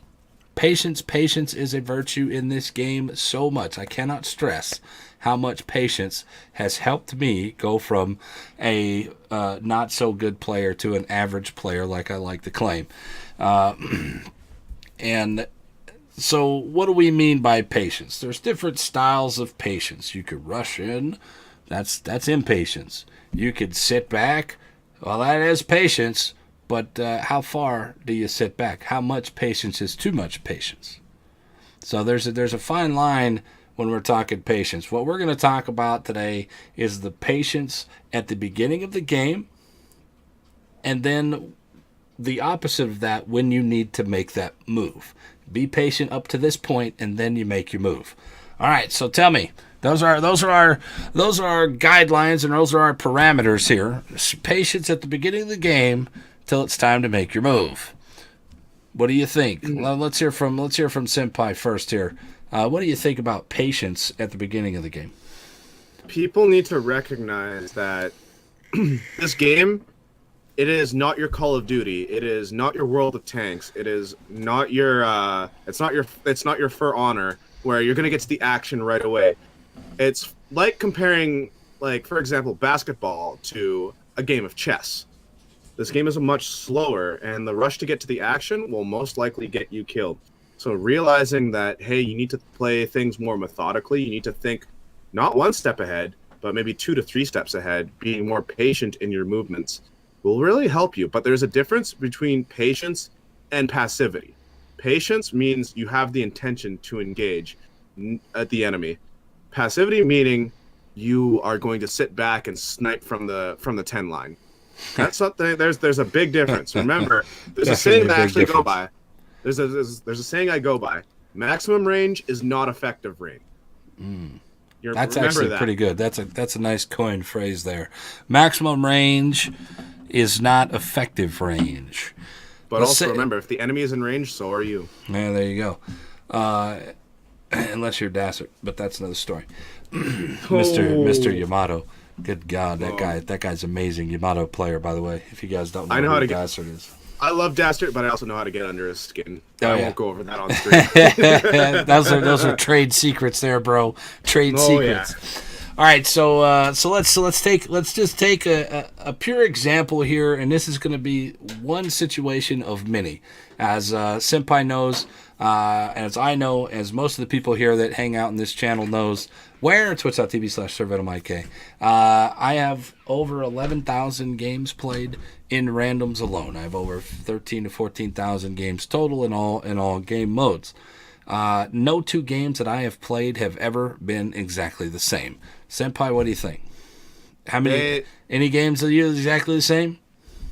I mean, when you play competitive modes, a lot of games tend to play out similarly, but they're not identical. So I will have to agree with you on that, where games will never 110% be the same. They will be similar, but not exactly the same. All right. So with that being said, let's take an example here, and this is taking a little bit of basic mechanics along with all of this as well. We roll in to let's say we're playing a destroyer. We're playing on something small map, Solomon Islands, right? So that's a really low tier map. We're playing as a Clemson, right? 6.1 kilometer detection. I roll into a cap and I immediately get spotted and I get shot up and I'm dead immediately, right? Here's where the patience rolls in. First thing, maybe you don't roll straight into that cap. Hit that tab button, see what enemy's on the team. See what enemy is on the team. If they have a tier 5, they have a kamikaze, or maybe they have a lower detectability destroyer over there, maybe you wait. Maybe you don't go straight into that cap. You know, this game is 20 minutes long, people. 20 minutes long. That is a long time. I know there's games out there that you know this. You'll be sitting there, oh my gosh, it's almost over. And you look up, there's still 7-8 minutes left. Exactly. So you don't have to rush into that cap immediately. Be patient with it. Be patient. Let the game develop in front of you as a destroyer, especially going up to C. Especially going up to C cap. Let the game develop. Figure out what's going to be into that cap. Then you can plan your move, and then you take your action. The next thing about patience is I'm going to talk about destroyer mechanics here. The next thing is if you go into a cap and you're not spotted, don't drop your smoke right away. Be patient with your smoke. Because what happens, Senpai, when I go into a cap and I drop my smoke? You're going to get flooded with torps right off the bat, or you're going to get radared, or both. There you go. You're giving away your position. Well, you're not going to get radared at tier 3 or tier 4. Oh, yeah. If we're talking tier 3, I was just talking in general. But in general, yes, exactly right. Torpedoes are going to be there. Your biggest advantage as a destroyer is what? Your detectability. Exactly. Right. Unless you're a Khabarovsk. Well, that, then it's your speed, and that's a whole other story. So don't drop your smoke right away. Be patient with your smoke. Maybe you go into the cap. Maybe you go down the cap line, turn around, and just butt in to the cap. That way, just in case, sometimes in the higher levels you get radared, and then you can hit the gas button. You're going straight out. You're done. And you can dodge whatever you need to. So there you go. Be patient in the very early games with the destroyers. You don't have to rush into the cap very fast, and be patient with your smoke if you are in the cap very early. Talk to us a little bit about your idea for patient destroyers early game, real quick for us. A destroyer captain needs to be living on the knife's edge, we'll say, early game. Because there's that point where if you're too passive, you're not spotting for your team. Therefore, you are actively hindering your team. But if you're too aggressive, you die, and therefore you're another active hindrance to your team. So you're really teetering on that tightrope of making that split-second decision where, okay, there's not a lot of information given. I'm not spotted here. Do I go in or do I drop torps and peel out? A destroyer captain must be willing to make that split-second decision because they're faster, they're smaller, and they're usually on the front lines. So what really needs to happen is destroyer captains, they need to have patience, but they also have to have that mind of that cunning aspect in their minds for that tactical decision of, hey, do I cash in? Do I go all in, and will it pay off, or do I do this, wait a little bit, and go? Because one decision is the difference between a win and a loss and a life and a death. Mm-hmm. So with that, destroyer captain's early game, you need to recognize the situation, you need to look at your minimap, analyze the situation, take in what information and intelligence has been given to you, and make your decision through there. For example, I'm playing on Tears of the Desert. I'm running south in my Haragumo, and there's 2 to 3 ships behind me, and suddenly I'm just above the top of the sea cap, and I all of a sudden start spotting battleships. Like there's 3 battleships down here, and there's other ships spotted north, and their body language is pointed down from the A cap going into the C cap. Now, immediately red flags are going up in my head, and the alarm bells are going off. It's like, okay, that team is making a hard push on this side. All their guns are going to be trained on this area. I should probably not push. So, right. Or if it's headed the other way, you're going down to the C cap and the enemy team is angled towards the upper part. They're going to make an A-B push. This is a chance where it's like, okay, you know what? Maybe I can take that chance and push into that cap, take the cap for my team, get a flank, maybe kill a destroyer or 2, and then get into the game and really start biting in. So there's that decision where the destroyer captain has to be very good with their knowledge and their intelligence gathering skills, because you're very important. You are the eyes and the ears of your fleet when the CV is not in play. So there's something you else need to live on that at knife edge. Exactly. There's something else to be said that a lot of these times, if you don't play destroyers, you're not going to get that experience. And experience is something that nobody can teach you. I can't do it. Senpai can't do it. Me, James, and all these other people cannot teach you experience. So you have to get in there. And it goes back to his biggest tip. You cannot be afraid to fail in this game.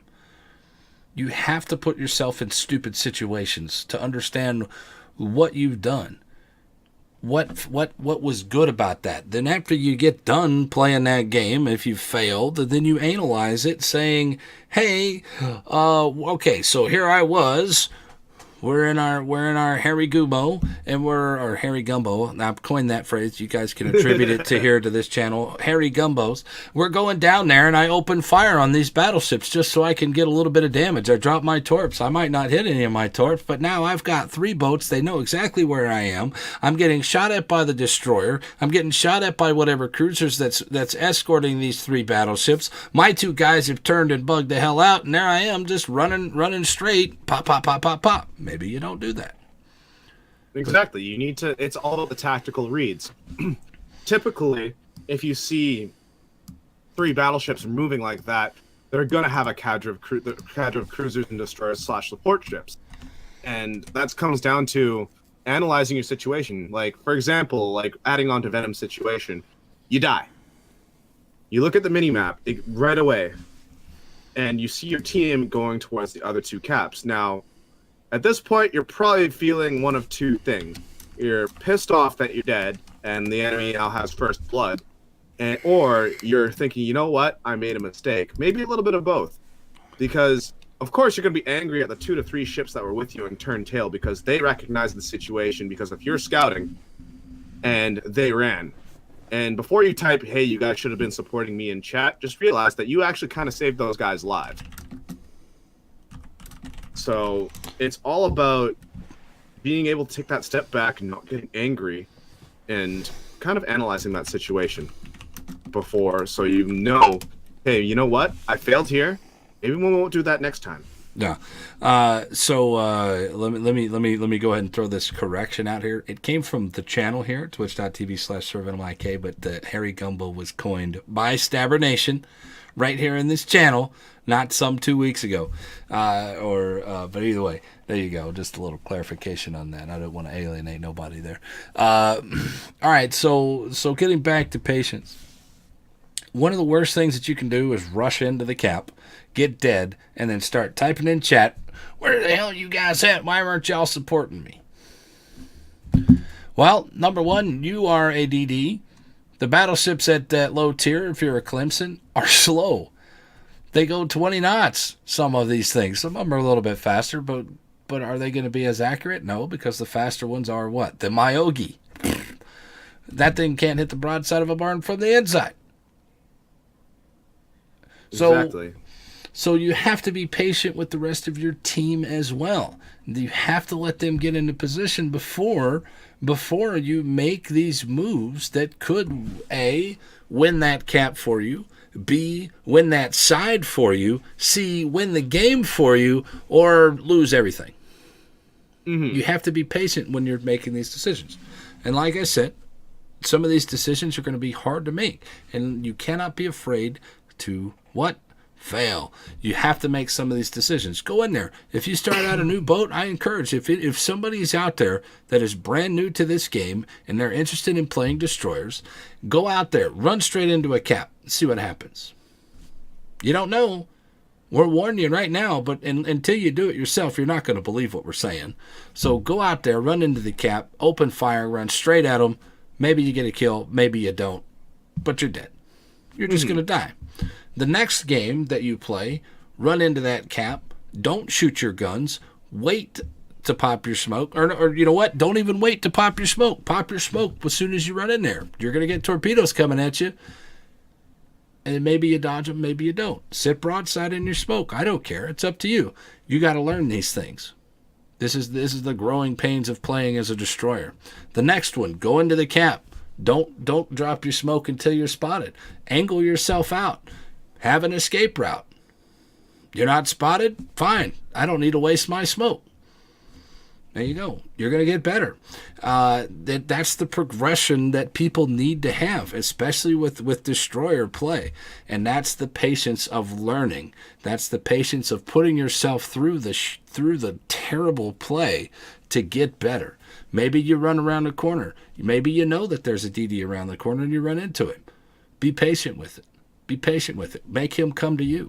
You have advantage making him come to you. There is a certain point in time where you have to push this guy, especially if you're down 3 ships. The other side of the board is falling apart. You guys are way down on points. They got more caps than you. They got more boats than you. At some point in time, you have to push this thing. But if it's close, you're minus 100 points. You look up, there's still 8 minutes left in the game. You don't have to push him. So be patient. Be aware of what's going on around you. All right. So let's continue with this scenario, but let's move now toward cruiser gameplay. All right. Now, guys. This is details that are facing early part of the game patience for cruisers now. Okay. So I don't play a whole lot of cruisers anymore. I'm more of a battleship DD guy. But there's something to be said about knowing your boat better than knowing your enemy's boat better than you know your own boat. Yes, I totally agree with that. Right. Because you have to be, as a cruiser main, I've got pretty well every cruiser in the game. Let me just check my tech tree here quick. Mm-hmm. So I've got my Worcester and Des Moines. Mm-hmm. I've got my Zao. Mm-hmm. I've got my Hindenburg. I've got my Moskva. I've got my Minotaur. I've got my Henry. So I've got the Des Moines as well. Yeah, I've got literally every tier 10 cruiser in the game, barring the Salem because it's basically a Des Moines. Now, what you said it rings very true, because it doesn't matter how well you know your boat.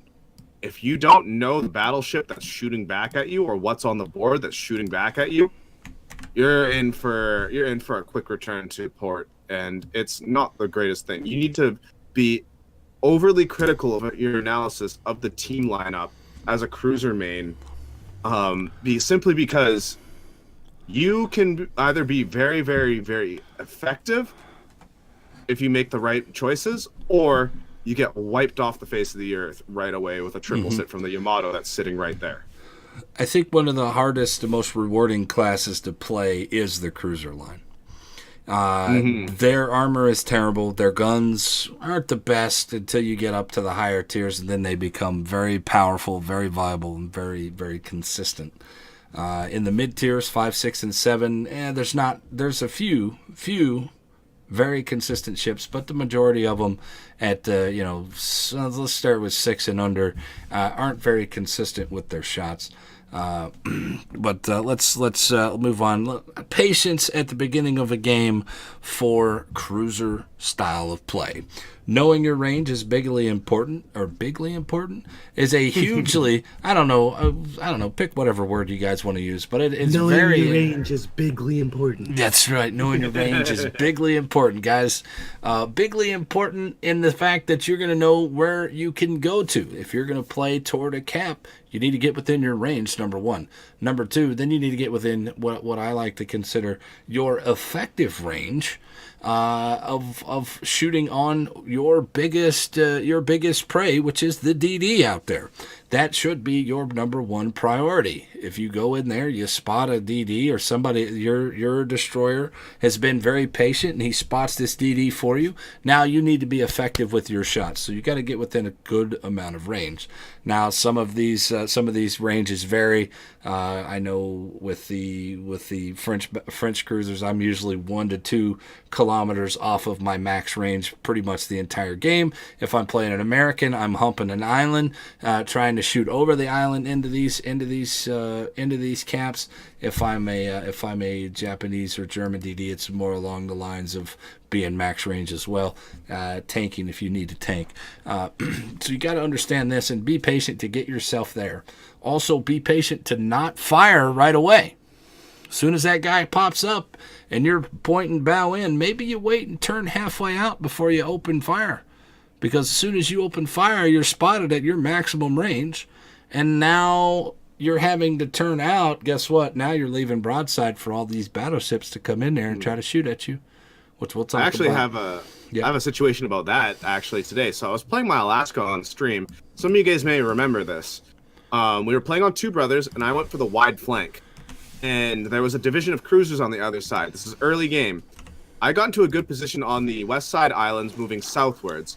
And what did I see? I see a Zao turning out in front of me. I wasn't detected. He had no idea I was there. So what I did, I led the shot. I loosed with my 305s. Venom, guess how many citadels I got? 7. I actually got 3 and took them for about 27,000 HP right there. That's not bad. And that comes down to knowing what you're up against as a cruiser player and knowing how your cruiser reacts to incoming fire. Now, this man, he probably thought, "Oh, I'm gonna get my torps off on this cap." Gotta get those beads off. And he just because you have torpedoes doesn't mean you gotta use them. So what happened was I basically took him for about 3/4 of his HP and rendered him useless for the rest of the game. He ran to the border and died on the border. So basically, understanding that what you're not only what you're playing, but what you're up against is very important as a cruiser because your life can be snatched from you in a second. Absolutely. At any point in time, you are one volley away from being deleted and going back to port. So you got to be very patient with your cruiser play. Cruiser play patience going against battleships is if you are an American battleship, getting those guys to come in at you where you're in safety behind an island or whatever. Maybe you're in open water. Maybe you enjoy playing open water American cruisers. That's your choice. Knowing when to shoot, when to stop, when to be patient. You don't have to shoot the entire time. You can go dark, reposition to a more advantageous position for yourself, and then reopen fire. If you've got 2 fires on this guy, let that shit burn for a little bit, Let that burn. Get your damage soaking up, and then reposition yourself till you can be in relative safety versus this guy when you're ready to open fire again. Get your guns turned around the other direction if you need to turn around and run away. There's so many different patient routes. I mean, there's so many different things that we could talk about patience. Any more? Just one more real quick one, then we'll move on to battleship patience, and then we'll move on to our next topic. Mm-hmm. Any more cruisers? Any more cruiser patients? Oh, I've got one more. Go ahead. Yeah. So with cruisers, you have this little thing that's called concealment. Use it. Abuse it. Mm-hmm. Abuse that concealment. Abuse your concealment. Absolutely abuse it. Because you can drop off a lot quicker than battleships. Not as quick as destroyers, barring Khabarovsk. But you can use that to your advantage. Remember, around it is 20 seconds of bloom after you fire your guns. What you can do after that 20 seconds, nobody can see you if they're as long as nothing is within your detection range, air spotting or surface spotting. So remember, if you're low, if you get shot to within an inch of your life, don't be afraid to drop off, reposition to a proper place, and then start beating on your team, on the enemy team. That's right. Beat them off. Because I've been in situations where I've been 2,000 HP on a tier 8 cruiser, and I'm like, okay, crap, I don't have enough to heal. I'm out of heals, or this is all the health I have left. You know what? I'm going to reposition. I'm going to put myself behind this island, and I am going to do nasty things. Sometimes you end up with mass amounts of damage after that, simply because your adrenaline rush has kicked in and you're just constantly cranking out salvos. So patience there. Remember, play the long game. Live to fight another day. There you go. My last little tip for patience on cruisers: if you have torpedoes, my lord, you don't have to open up immediately to get those torps off. Patience on your torpedoes. I loved, one of the greatest things that I loved about this last week, Senpai, is all of these black ships that they put out there. With that Otago Black coming out, I'm absolutely enjoying seeing these things because why? They open up to get their back set of torpedoes off, and they're not patient with their torpedoes. One of these things, especially in the Mogami, the Miyoko, the Aoba, they have rear-facing torpedoes. So you have to literally open up almost the entire circle just to get these torpedoes off on the guy. Boom, you're blapped, you're gone, you're back to port. So be patient with your torpedoes. If you have to, and you're charging in at this battleship anyway, why not just charge right past the guy? Charge right past him. Drop your torpedoes on the way out. You might take a little bit more damage, or you might take a little bit of damage, but it's going to be a lot less damage than if you open up at 5 kilometers at this guy trying to get your pedes off at him. Citadel, you might still die, but it's a better mental state for people to be patient with their torpedoes. You don't have, like, man, my God, I can't tell you how many times people have tried to drop their torpedoes on me. Oh, you're going to turn? Boom, I got you. Which leads us into the next thing for patience is battleship patience. This is very important for battleships, especially you battleship lovers of the German battleship line or the French battleship line 8, 9, and 10, or 8 and 9, with their smaller gun calibers. Scharnhorst is in this. Scharnhorst, the Alaska is probably going to be in this as well. Anything with a 15-inch gun or smaller on it that is a battleship, pay attention to this next little section here. Patience with battleships. You definitely don't want to run straight into the cap just like a destroyer at the beginning of a game, because you're going to get focused down. There's going to be 6 or 7 people, maybe five to 7 people shooting at you the entire time. You're going to eat up torps. You're going to eat up fires. You're basically doing nothing for your team. Exactly. So sit back. But I'm not saying sitting back at 18 kilometers, because then what happens? Max range isn't it what? Effective range. There you go. Thank you for that, by the way. That's Senpai's phrase. Max range is not effective range. Now, this is also experience based that I cannot teach you. I can give you guidelines. If you're sitting in a German battleship, your probably effective range is anywhere from 8 to 12 kilometers. Anything past that, then you're risking a whole bunch of misses, and you're risking a whole lot of frustrations. So it's secondary range and under generally. That's what do you think about that for the Germans? You agree with that? With my Grosser Kurfürst, I've had some very consistent salvos, but other times it's just like, oh.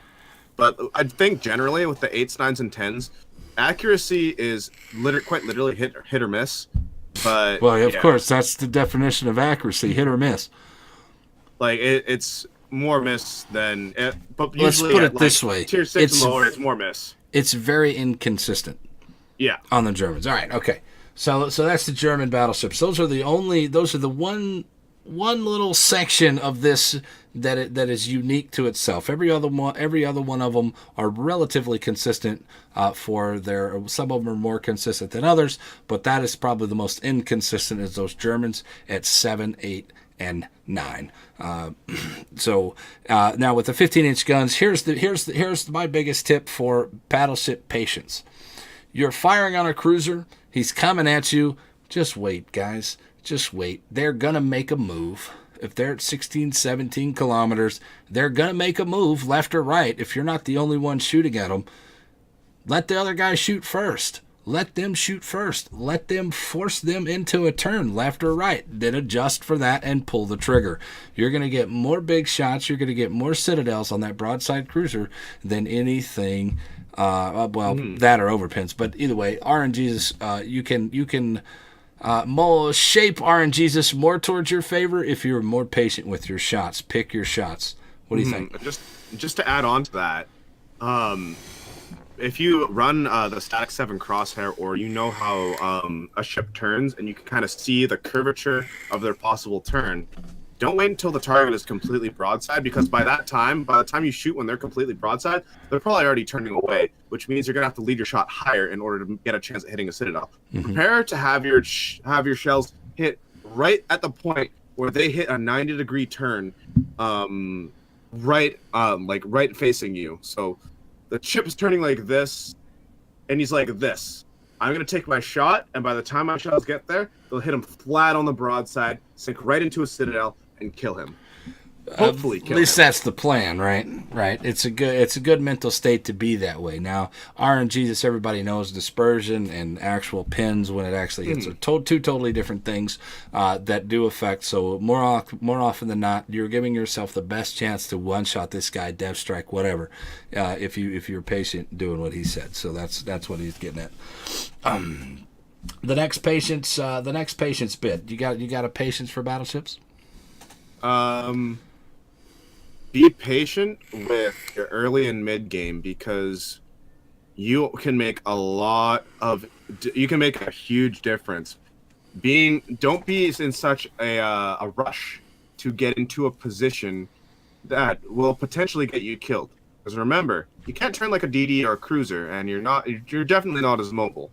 So you need to make sure that you are not like sometimes gameplay may be slow for you at the beginning, but if you live to survive into that mid to late game, while still dealing damage during the early, you will have a good game. You have to make sure you're making that calculated push. It's the exact same thing as living on the knife's edge, but really this time it's more like a brick. Like you have a lot more. You have a lot more leeway. Now, you can either make your commitment and go in, but it could also really, really punish you in that respect because you could be focused down. Because, for example, you're in a Yamato. Yamatos have the biggest, scariest guns in the game. And a lot of people, a lot of the time, will be like, hey, kill the Yamato because if he's running that legendary module, he's going to one-shot everything. And let me tell you, a Yamato legendary module is very scary, especially when you're playing it. You're just like, I didn't know my guns could do that. But being very patient in where you're going to place your shots, where you're going to position yourself, and just thinking not one step ahead, but 2 to 4 steps ahead in general will generally see you to a better game and a higher survival rate than you would normally without those kinds of thoughts. I agree with that. Also, the next step is patience with your damage control party. If you're on fire one time, let that sucker burn.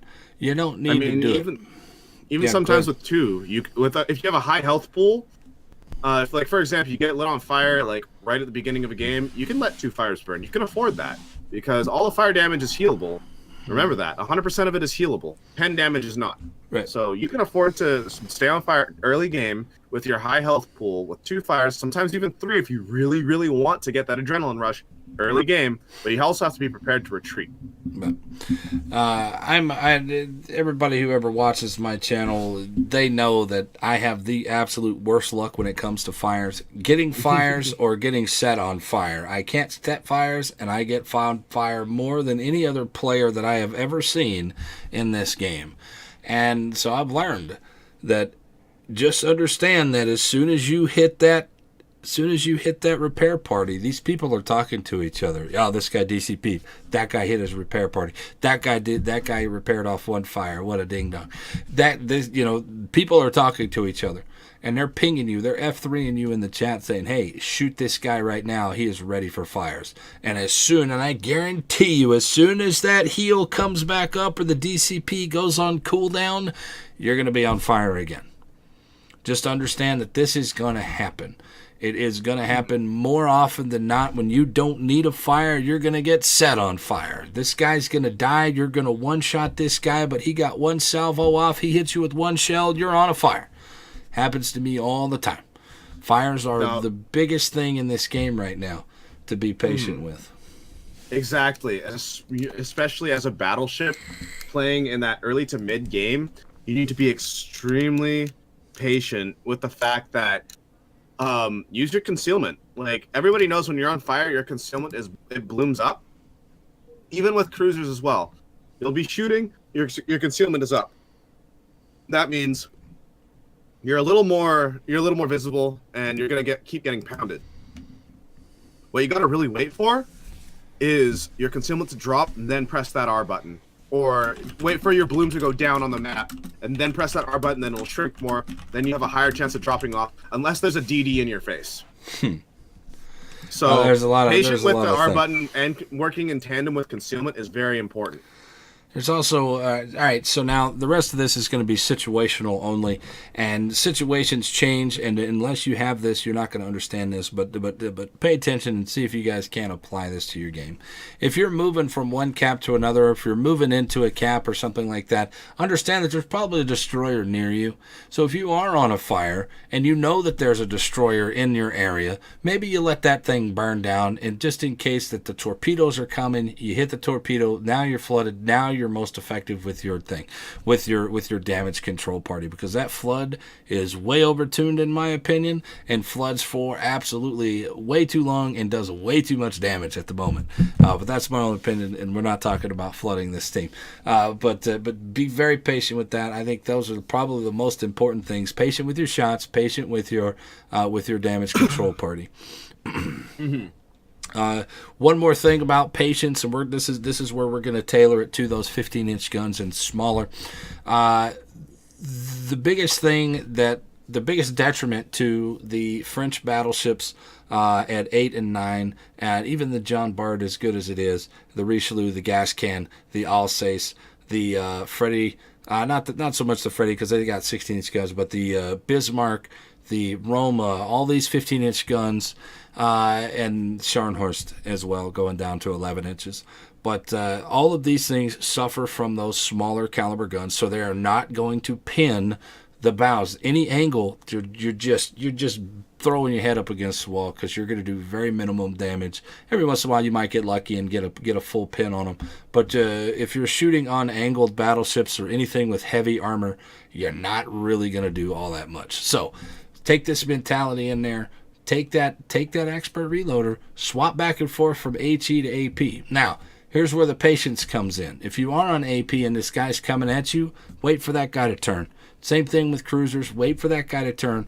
Get your AP into that upper armor belt, and you will see a lot of massive damage. Now you might not get a citadel every once in a while. It'll drop down and get a citadel depending on your ranges. But those 15-inch guns on the flat broadside absolutely smash things. But any kind of angle, you're just going to break all of your shells. What do you think? Oh yeah, like if with a smaller caliber gun, you need to be very selective with your ammo type. Now with the Scharnhorst with its 11-inch guns, I actually shoot HE in it quite a bit, simply because you get that faster reload, and you're essentially a very large cruiser with a heel at that tier, which is something to behold. So a full secondary, full concealment build with a Scharnhorst is extremely effective, and even putting a demo expert, like, if you really want to, like, I'm not going to recommend this. You could, but I wouldn't recommend it. The old char horse build. That's what we used to call it. I think Klatt actually coined that phrase. At least he's the first one I heard say char horse. But like it's like the Scharnhorst. It's one of my favorite Tier 7 battleships. I actually ranked out in the Tier 7 season with it. That's impressive because I know those guns being 11 inches don't really bring a whole lot of power and consistency to killing one-shotting destroyers. So it's not high on my list for rank season. Well, the thing is, with that being said, I took it as a secondary build, so I would be able to strong arm a cap with a destroyer. And if, for example, a Fiji or Belfast hops into the cap to try and strong arm my destroyer out, I would be close enough, and I could pick him out in smoke and be like, "Hey, guess what? You're dead. You're gonna die." And that's what happened most of the time. So they'd either get radared or they'd be spotted because I'd get right in their face close enough to where their torpedoes would be so easy to dodge with my rudder shift, and they'd be put in the dirt and be like, "Oh, what the hell? Scharnhorst is actually really good." Right. And it's fun. It's really funny because, you know how the talents on like some talents are crossed out for depending on what ship you're on, right? Mm-hmm. Well, Demo Expert actually isn't crossed out when you put a captain on the Scharnhorst. So the Scharnhorst build is actually viable and wargaming approved. Those are suggestions, and obviously you can take whatever you want. They say that manual AA is not good on some of these boats that I take manual AA on. So it's a personal preference. As anything else like in this game, your personal preference might not be what my personal preference is, and that's the good part about this game is I can play my boat however I want to play it, and so can you as well. All right, so there you go. You got any more patience for battleships, real quick, and then we'll move on and step up. Nothing else. All right, cool. Let's get on. Guys, if y'all have any more questions, we're here with Virtual Senpai today. Type in @SirVitalMyK, then type the question, or @Virtual Senpai, or @one of the mods that are here in the channel. And if you guys over on YouTube, type it down below. So let's move on into our last. We're going to touch on this really quickly because I know we're running out of time. Here, but Clan Battles. Clan Battles is here again. It started up yesterday. If you guys play at least one game in Clan Battles, you will get retrains on all of your captains for free until December the 4th. That's right. Yep. So guys, if y'all are interested in Clan Battles, get with your clan leaders. See if you can get on the spot just for one game, just to get those reloads, or just to get those retrains. Those are important. So I wanted to talk about a little bit about clan battles and mental states when going into clan battles. So I figured I'd bring in somebody that plays a lot of clan battles, a lot of competitiveness, seen a lot of games in clan battles. Now he's not going to give away any of his trade secrets, quote unquote trade secrets here for the Double O guys. But I did want him to talk about mentalities when putting a team together. But before we do that, what I want you to do, Senpai, will you do me a favor? Will you What's up? Turn your camera off and then turn it back on again, because I'm getting a lot of stuttering from you. Sure thing. Give me a moment. But we can reload it. Here. Go hang on. Sorry. No, you're good. You're Turn good. off camera. Yeah, and then turn it back on for me. There you go. Maybe that'll refresh it. But either way, all right. So give us what you think here, mentally wise, when you're trying to put a team together. Let's talk about the shot caller, the battleships mentality, cruiser mentality, and then destroyer mentality, and then we'll move on. Well, it's really not more choosing what kind of ships to play. It's more like playing to the strengths of the players that you are given. Because Clan Wars rosters tend not to be very set. And you base a lot of clans just play with people who they have. And so some people may not have in-meta ships. For example, your only tier 10 is somehow a Khabarovsk. And Khabarovsk isn't very in-meta. No. So a lot of the times, it's more preparing yourself for the kinds of meta that you would like. It's not what you would like, it's more like what you have to deal with. So, for example, a lot of clans, higher tier clans, a lot of players have almost every tier 10, myself included. The only ones I'm missing are Hakuryu and Khabarovsk, actually. Just because I don't like playing the Khabarovsk, but forming a team, you want to kind of you're basically dealing with the players that you have and stuff and things like that. Players that they have and the ships that they own. So you have to formulate a strategy around what they actually have, because we end up having people that trying to find people for some of the smaller clans out there. They don't have the pool of people to pull from, so they can get this. They can push out 4 teams in a clan, or one team in a clan, or maybe they only have 5 people that will actually show up consistently, and then you have to pull 2 people that just have that want to play, but they only have the rental boats. So you have to play around that.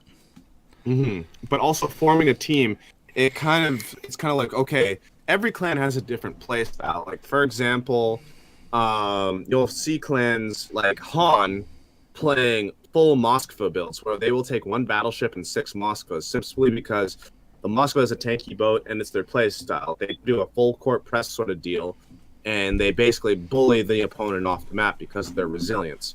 Now, it all matters onto what you want to play. You can play like a sneaky kind of play style with a low concealment across the board. You can do what Han did with a high concealment, high resilience, or you can do like a mix of, okay, this is a boat that's very strong in the meta, and we want to counter this. Like, for example, the Moskva and the Stalingrad are very prevalent early meta right now. So teams will tend to take ships that have quarter pen, like the Hindenburg, or are very strong with IFHE, like the Henry. The Henry actually made a comeback into this meta, which is really cool. But it's booster on that Henry really brought it out of obscurity, because nobody was playing it. But realistically, a team is what you make of it, and it's really dependent on what your caller and what your aim is to be in Clan Wars, what you want to do, what you want to be able to kill. So it's basically building around that, like what you want to do. Right. And everything is different. So let's redirect this into the next section. Let's say you've chosen your team, and maybe you play two DDs, maybe you play 3 DDs. I know we had a lot of success last season playing 3 destroyers.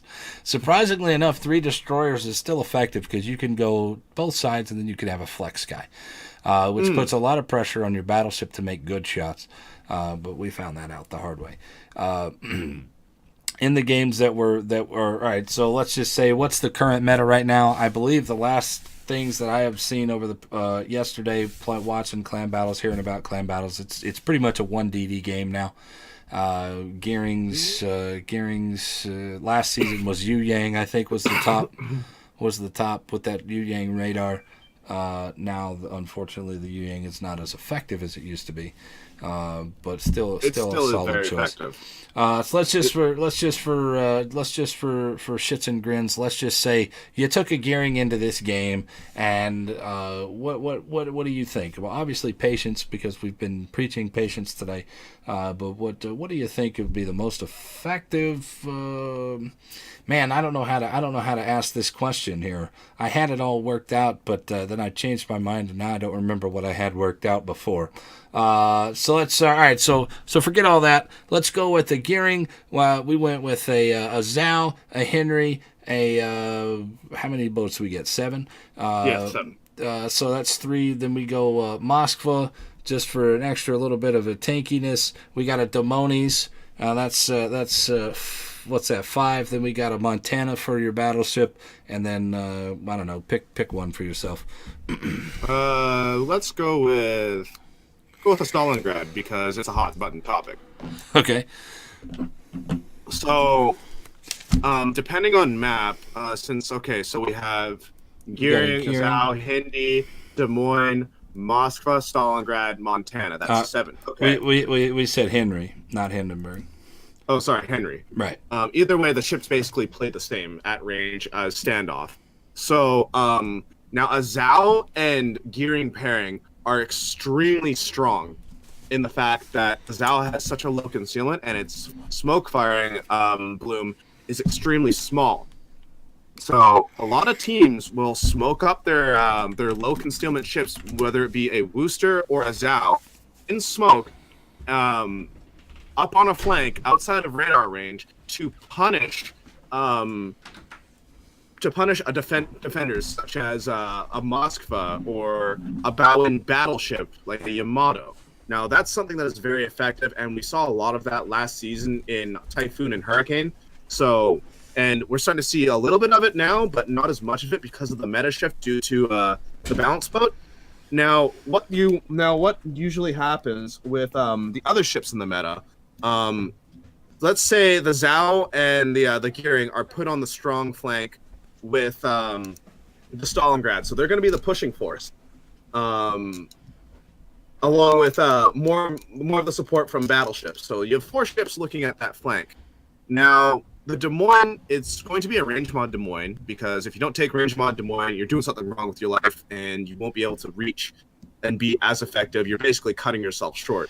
You'll have to get closer, and that's more risky in clan wars. Because remember, if the enemy is in range, so are you. Yep. Now, with the Des Moines, you're going to want to, it's basically typical Des Moines play, but you're also going to want to time your radars on caps, or the cap you're defending, with people who have the cross shots from the far flank, so that you can get the most damage incoming on that spotted ship, whether it be, for example, a Minotaur or a Destroyer, or something else with a small concealment, just so you can get that maximum firepower. Now, the Moskva, you can basically use it in the same kind of capacity, but at the same time, you do not have the arcs as the at the same time as the Des Moines, making you have to kind of be more out there, more on a bow on sort of meta, etc., etc. Now, why the Henry I thought was kind of an interesting choice, because still not a lot of teams are fielding Henrys so far early season. I like them. But the thing is, Henrys can play the exact same deal as Hindenburgs, meaning they have long range and they can pick off. They're kind of those standoff ships where you kind of angle them away and you reverse in towards your enemy. Guns blazing, where you have the good angles, but you can also juke, go forward quarter speed, come back, so you're kind of going back and forth, raining on those parked enemy ships.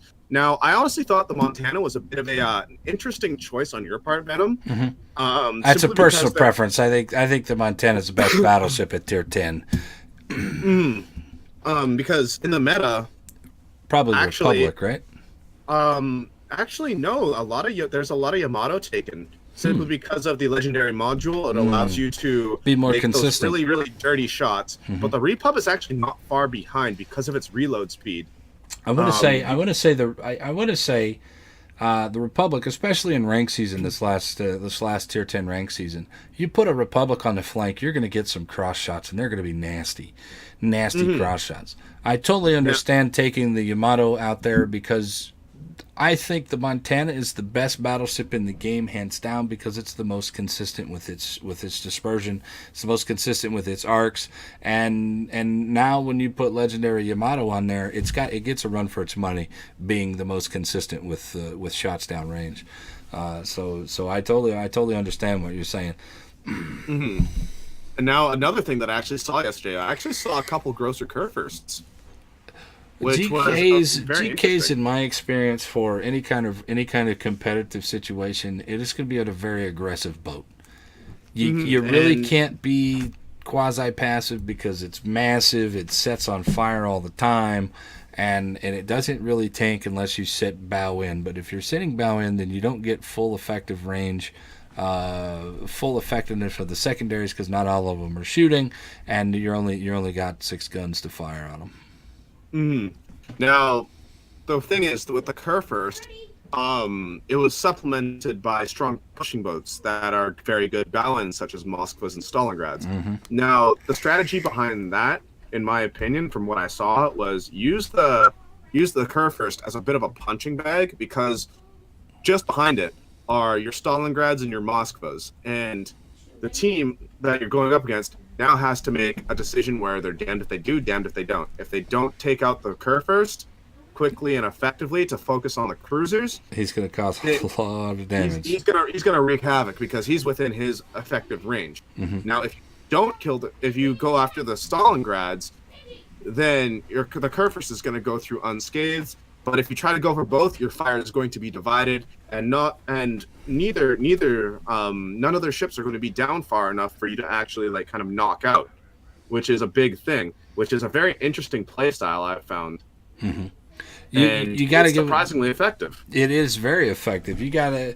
We're talking, guys. We're talking about clan wars here. Just a little bit of mentality, and this is just a very one specific situations that we're talking about, guys. Any of these things can happen. You can have this lineup if you want to. Fine, go play it and play it to its effectiveness or not, or change it up. Maybe people are like, I wouldn't take a gearing, blah blah blah, whatever. But focus firing and having good communications between is what he's getting at here. You have to focus either one of these 3 boats that are putting at you, the Moskva, the Stalingrad, or the GK, or if not, you're done. You got to get rid of some of these boats, and you have to focus the fire. If this guy gets on 2 fires, fine. Maybe you got 2 permanent fires. Maybe you can start shooting at the 3rd guy, or maybe one of your guys starts shooting at the next guy to continue on the damage grind there. All right, so mentality for DDs during clan wars, we'll probably go back to spotting and smoking up your flanking partner. I think those things are probably that's what I think. When I play Clan Wars, I am the DD. I am the Z52, or I am the Gearing, or I am Yu Yang, whatever. And I'm going to try to support that guy out on the flank with me because I am his only line of protection with my smoke wall if it's a Zao. With just being able to spot the enemy target so he can adjust his gameplay. So that's what you need to be thinking about when you're a destroyer. Do you agree? Yes, you need to be very, very mobile. You need to be working on your spotting, because if you're playing, a lot of the times you will not see over 2 DD comps. Sometimes you'll see 1. A lot of times you'll see 1, and sometimes you'll even see 0. So if you're a DD, your job is not exactly to do damage. Your job is area denial and spotting, as well as capping, because those are the most important things. Damage is like your tertiary, so you need to be very careful as what you do, because if you die, you're actively hindering your team. And usually if the destroyer dies in a single destroyer comp, it is very the team that loses the destroyer is very hard pressed to come back. Yeah, well, you lose spotting, you lose torps. That guy can go get caps at any point in time. He can flex to the other side of the boat and doesn't need to be safe. So, there you go. Once you lose a DD, the other DD becomes very aggressive. As if he's a smart DD, he becomes very aggressive, capping wise and positioning wise. Because he doesn't have to counter. There's nothing to counter him because he's got the lowest detection on the board, generally. Exactly. So for moving on into cruisers, as we are running out of time, that's why I'm speeding up. I'm sorry. No problem. Anyway, so let's move forward into Zhao, Henry's, Moskvas, Stalingrads, Worcesters, all these beautiful boats that we're going to move into as we are in the cruiser line. You have to know the limitations of your boat and put yourself into the beautiful strength of that particular boat. And take us through a couple of these strengths, starting with the Henry. What's its strength? The Henry's strength is that it is very mobile. It has a high caliber. It has high caliber armament, and with its legendary mod, it has a high DPM. Plus, without the main armament reload boost, it is very, very strong. If you add IFHE to that combo, you actually are able to you get that sweet spot of being able to penetrate things like battleship bows, Moskva and Stalingrad bows at will, and that is consistent damage that is needed in a meta where there are many Moskvas and Stalingrads right now, simply because a lot of the high tier clans are basically brute forcing their way up the standings with these boats, and other teams need to be able to counter that. So you'll see a lot of Henrys in that regard, basically raining down on stationary bow-in Stalingrads and Moskvas, if not battleships, and it'll be an attritional war. They're also very slippery at max range with rudder shift. So if you can't take out a Henry early, it's going to be a thorn in your side the entire game, and it's going to cost you a lot of time. It's going to cost you a lot of health. Mm-hmm. It's going to cost you. It could end up potentially costing you the game. Right. Also the Hindenburg, to some extent, and the Zhao to some extent are also played this way. The differences between those two boats, as the Zhao is a little bit more stealthy, so you can get a little bit closer with it, and the Hindenburg is a little bit more tanky, so you can get even closer. If you need to push in with a Hindenburg, you can, and still be relatively safe, whereas the Henry is a full max range boat most of the time, so probably all of the time. Guys, we're hanging out with Virtual Senpai here on the podcast, Across Your Bow, episode 11. If you guys, he is at Virtual Senpai on Twitter and Virtual Senpai, or twitch.tv/Virtual Senpai here on Twitch. So guys, go check them out. If you guys are on YouTube, please leave comments in the section below. If you have any questions about anything, comments or concerns about what we said today, and I will address those accordingly. And then if you guys are here in the actual chat, twitch.tv/ServantofMyK, and you guys do have a question, comments, or concerns about what we're talking about, we'll get into those here in just a minute. But precede those with @Serventum, @Virtual Senpai, or @one of the mods that are in the channel, and I will answer those questions, or we will go into those questions here coming up in just a bit. So get your questions in now. All right, so Moskva, Stalingrad, relatively standstill, relatively standstill-ish for the most part. Can plug holes. This is the thing about the Stalingrad, the Moskva, the Demonis, the Worcester. They can plug holes very well. If somebody's rushing through, you sit them behind an island, and you're going to punish them as they're coming down. I think the Worcester Demonis does its best when they got battleships bearing down on them. They do, because they can punish that while still relatively staying out of effective firing range, or in cover like the Des Moines would be, because the Des Moines has very, very good shot arcs, meaning it's very lofty. It can come down, land right on top of the battleship's really soft bits, such as the superstructure. Whereas the Stalingrad and Moskva, they have very flat but very accurate arcs, so they can actually keep a battleship at arm's length because of their fast shell speeds and their trajectory angles. So That's very good. Going back to kind of like mentioning about the Zhao and Hindenburg, the Hindenburg is actually very good for taking out those boats because of its German quarter pen mechanic. Right. Basically, it has built-in IFHE, so it's more consistent damage. Right. I would actually say that the Zhao is actually moving it's kind of teetering on the meta, because its shell alpha may be good, but its pen values versus Moskvas and Stalingrads can be somewhat inconsistent and kind of scary. Mm-hmm. So, Well, like, in my experience, they offset that with a high fire chance. well, yes, but remember when you hit at something with a shatter, it halves the chance you can get a fire. This and is with true. with its fire chance halved like that, you'll be very hard pressed to get actual fire damage and attritional damage. Now, the Zal is still very powerful with its utility because of its torpedo, stealth torping ability, its concealment. It's very good for pushing, but we're seeing it being kind of like it has to make room for other cruisers in the meta in order to, simply because of the new releases of the Stalingrads being now included in the meta, et cetera, et cetera. Now, especially with new changes and new mechanics being released and modified. Right. So there you go. There's we got DD mentality. They're basically all the DDs are mentally the same.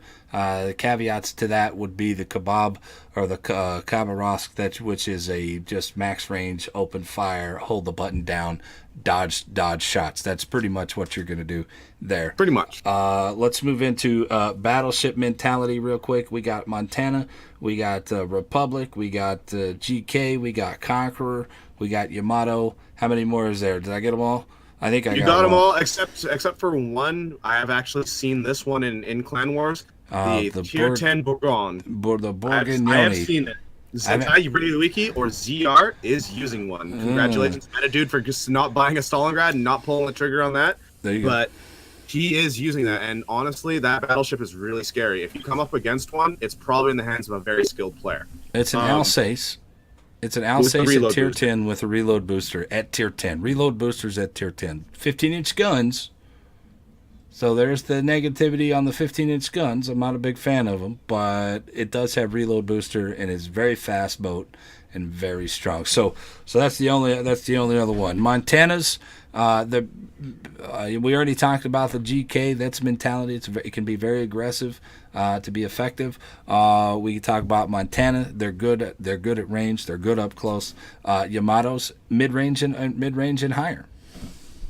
And Yamatos are very, very, very threatening simply because of their gun caliber being the largest ever put on a naval battleship that actually went out to sea. Now, with the Yamato, it does have that cheek, which is kind of scary when you get hit by that. I actually came up against my old clan yesterday, and I was playing the Stalingrad. Mm-hmm. And this Yamato tried to push around a corner to get me, and the player exposed the cheek. Now, I was only able to get one salvo off before the game ended, but that was a quad citadel for about 54,000 damage in a single salvo. You're a monster. And that person, the person wasn't very happy. Let's just say that. But the Yamato, if not taken care of, is extremely dangerous simply because it is so accurate. It can overmatch everything in the game pretty much. But you need to be very, very careful when playing against it. Yeah. Now, if your team folds, then it becomes neutered because it doesn't have spotting, and it suddenly has to start tanking to do something to take the heat off the flanks. Right. That's the one good thing about the Yamato. It does have quite a bit. It's very armored. You're going to sit bow in this thing. You're going to dodge shells. The downsides of it, it's very slow to turn. And if you do get into that sit still position, you are probably going to eat a lot of torpedoes as well, because that's what generally happens. Moving into the Republic, very quick. Only two sets of guns, very strong, powerful guns at that. Dispersion's a little questionable on that, depending on how you set it up. If you set it up as secondary build, your dispersion becomes questionable. If you set it up for the accuracy mod, then it's a little bit better. But very strong, very powerful, good on the flanks, good at the cross shotting because of its overall speed. What do you think? It is very, very powerful, but not in the ways that, like, the speed is very good, but the secondaries, you're not going to be using those in Clan Wars, simply because the one thing that you really need to focus on is its reload. The reload is insane. It's the fastest out of all tier 10 battleships, barring the Bourgogne because it has the reload booster. But you can actually catch cruisers in turns because they'll see you fire. A lot of cruiser players will do this. They'll watch the battleship fire and be like, okay, I can make my turn. In ranked and Clan Wars, playing the Repub, you will catch cruisers broadside, and they'll be, I just lost 3/4 of my HP. You're supposed to be on reload. And they're absolutely terrified of that. That's why a lot of cruisers, they have to show more angle to you in order to get that death turn off after you fire. So they have that little extra time between salvos to get away. That's why the repub is so dangerous. It can appear on a flank and no problem. It can outmaneuver all battleships, if not some cruisers as well. And it is extremely volatile with that. The only problem is you're dealing with 2 quad sets of turrets, which affects historically 4 guns together. They're gonna go everywhere. It's the recoil affects each gun firing like that. So it's kind of the French mechanic put in there. But at the same time, like, they're not gonna be accurate, and you only have 8 guns and 2 turrets, which is a little frustrating. So your shots are going to go everywhere. They will definitely spray. Yeah. You'll feel like, man, this is French. Why am I shooting like a German? You'll feel that. But when you do hit, those guns hit like a truck because they are some of the biggest guns in the game as well. The Yamato guns are a little bit bigger, but the Republic guns are right there with it as well. Moving on to Conqueror, I don't really see a whole lot of these in ranked season. Or clan battles. You do see them every once in a while.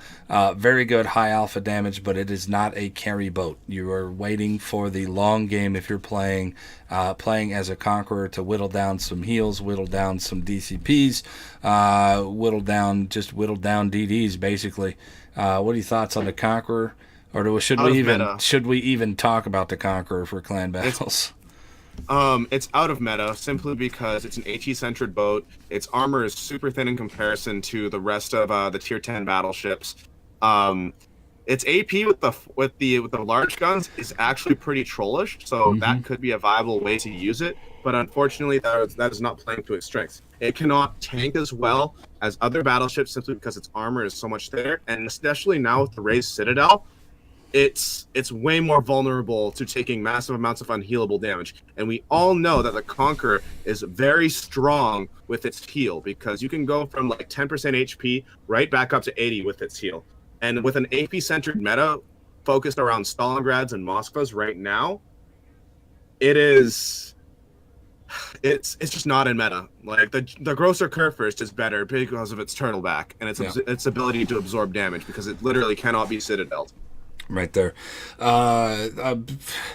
It's a fun, interesting boat. I have very little respect for that boat, and I know people get proud of what they do. I'm the number 4 Conqueror player on the NA server, and I'm like, I don't care. It's a Conqueror. You mean nothing. I mean, it's a pretty brain dead boat.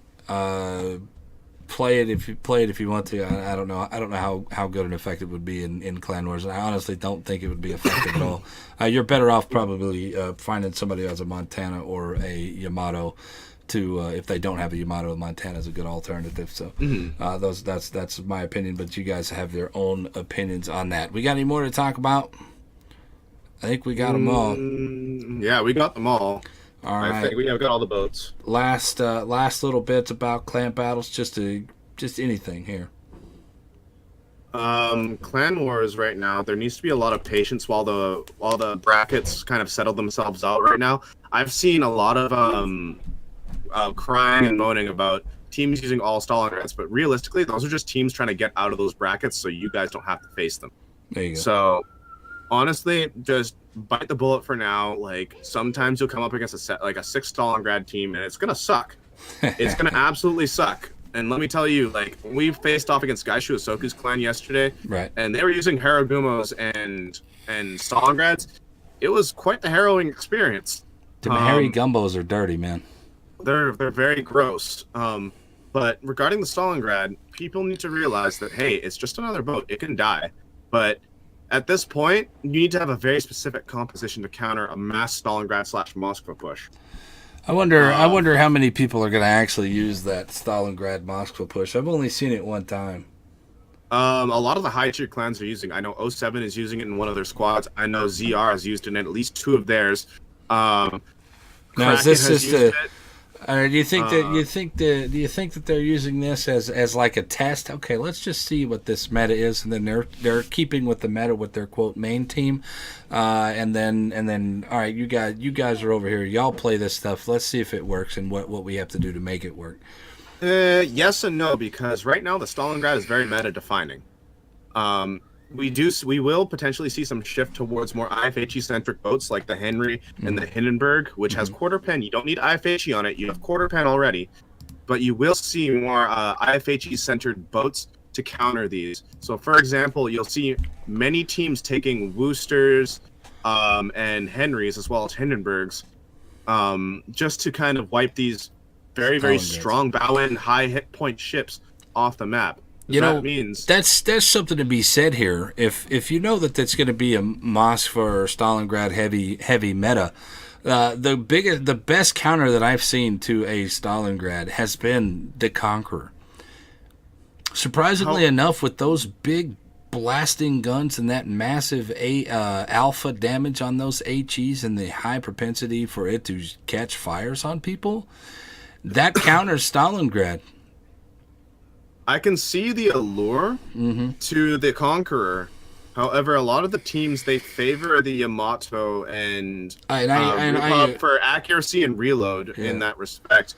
They want they don't just want the damage output, because clan wars are about surviving. It's not about doing damage. It's about surviving, making those good HP trades with your opponent in order to gain the upper hand on a flank and therefore fold that flank. Now, the Conqueror, it can shoot well and it can take HP, but it cannot give it.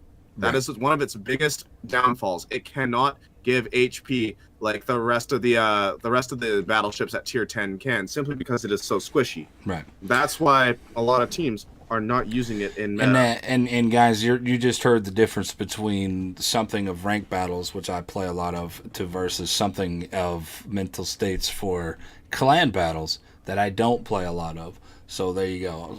All right. Number one, I want to thank Senpai for coming on the podcast tonight. We're going to go ahead and move off into our Q&A section. If you guys have any questions for myself or Virtual Senpai, now's the time. This is the last little bit to get it in, and we'll go ahead and address those right now. Senpai, before we go into the Q&A, tell them your schedule. Tell them where they can find you. Right now, guys, you can find me on Twitch. You can see it right below me right here. My Twitter handle is also there. Don't hesitate to go ahead and drop me a follow, as well as on either or. I do have a Discord, so all you have to do to join that is type in !Discord on my channel, and you'll be able to join there. That's when I usually announce when I'm going live, so you can find me there. YouTube is in the works, soon TM, but don't worry about that. The majority of my content is on Twitch, as I am a community contributor for World of Warships. So you guys will be able to see all the spicy things like the Irian, Lazo, and of course the coveted Alaska. Yeah. All on my channel. Now, I tend to try and stream 6 days a week, leaving 1 day for a break, but sometimes I'll go for 7, depending on what my schedule looks like. I'll stream for an hour, a minimum of 4 hours at least. Sometimes I'll go for that coveted 7, 8, 9 hour stream, just because I have nothing going on that day. So I can help you guys take a look at what exactly is going on in the world of warships and how to play certain boats if you're having trouble. I'm always there to help. All right, boys. All right, here we go. First question. It's not really a question, it's a comment. Fatal Fear number 3 says, I bought 24 of the Black Friday packs and got all of the black ships, 4,000 doubloons and 250,000 free XP. That's pretty impressive. That's pretty good. I mean, with the RNG in the crates, you can get the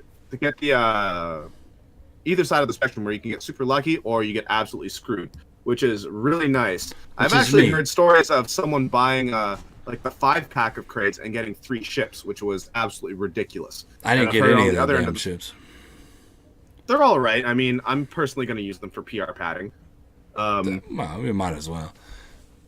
If you got them, why not? Yeah. But that's actually pretty good RNG. I'm glad you chose to support World Warships and Wargaming with purchasing those crates. And can only help out. And hopefully the devs can crank out some more content for you guys in the future. I really appreciate that, and on behalf of Wargaming, I thank you for supporting the company and the game. There you go. Big Woody X says, playing the Richie Rich as we speak now. Everybody, that's the Tier 8 Richelieu from the French line. I like that boat. I enjoyed it. I love the Dunkirk. I love that boat. Not so strong guns unless you get on, but very maneuverable and very fun. If you can get the angles right, you're gonna do pretty well if you can get the angles right on that boat. Mm-hmm. And guys, you guys can hit up at Virtual Senpai here, or twitch.tv/Virtual Senpai, and I'll leave a link in the section below there over on the YouTube.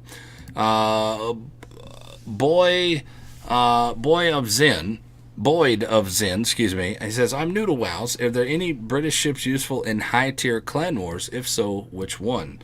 The only one I can think, there's two of them. The Daring and the Minotaur can be useful. Depends on your team comp and how your players actually play those team comp. But we already talked about the Conqueror, so hopefully that answered your question about that one.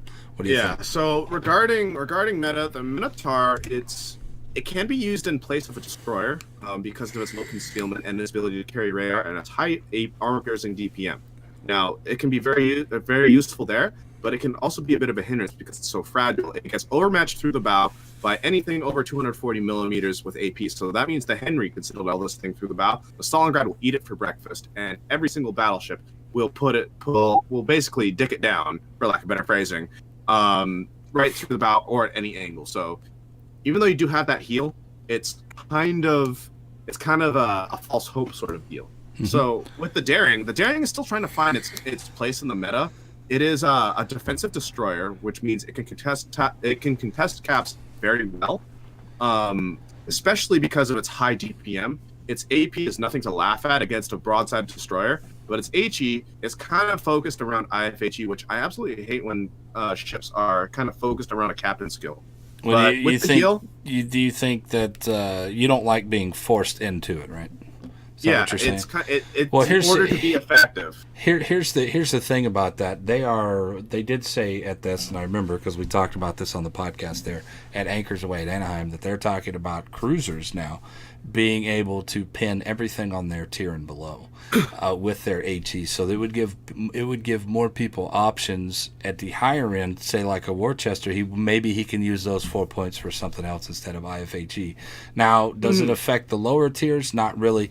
You're still going to use IFHE on the Atlanta because you're going to be going up at 9s, 8s, yeah, exactly, and stuff like that. So not much, but it does give an option for the higher tiers to be able to have an option. And I'll be honest with you, man, I love these British DDs. I've had absolutely blast playing the tier 7. The Cossack is phenomenal. The Lightning was a blast. I'm only on A-Hull of the Jutland, and I've only played 2 or 3 games in it right now, but I've absolutely adored the A-Hull in this thing. So. Mm-hmm. It's just there's just a IFHE.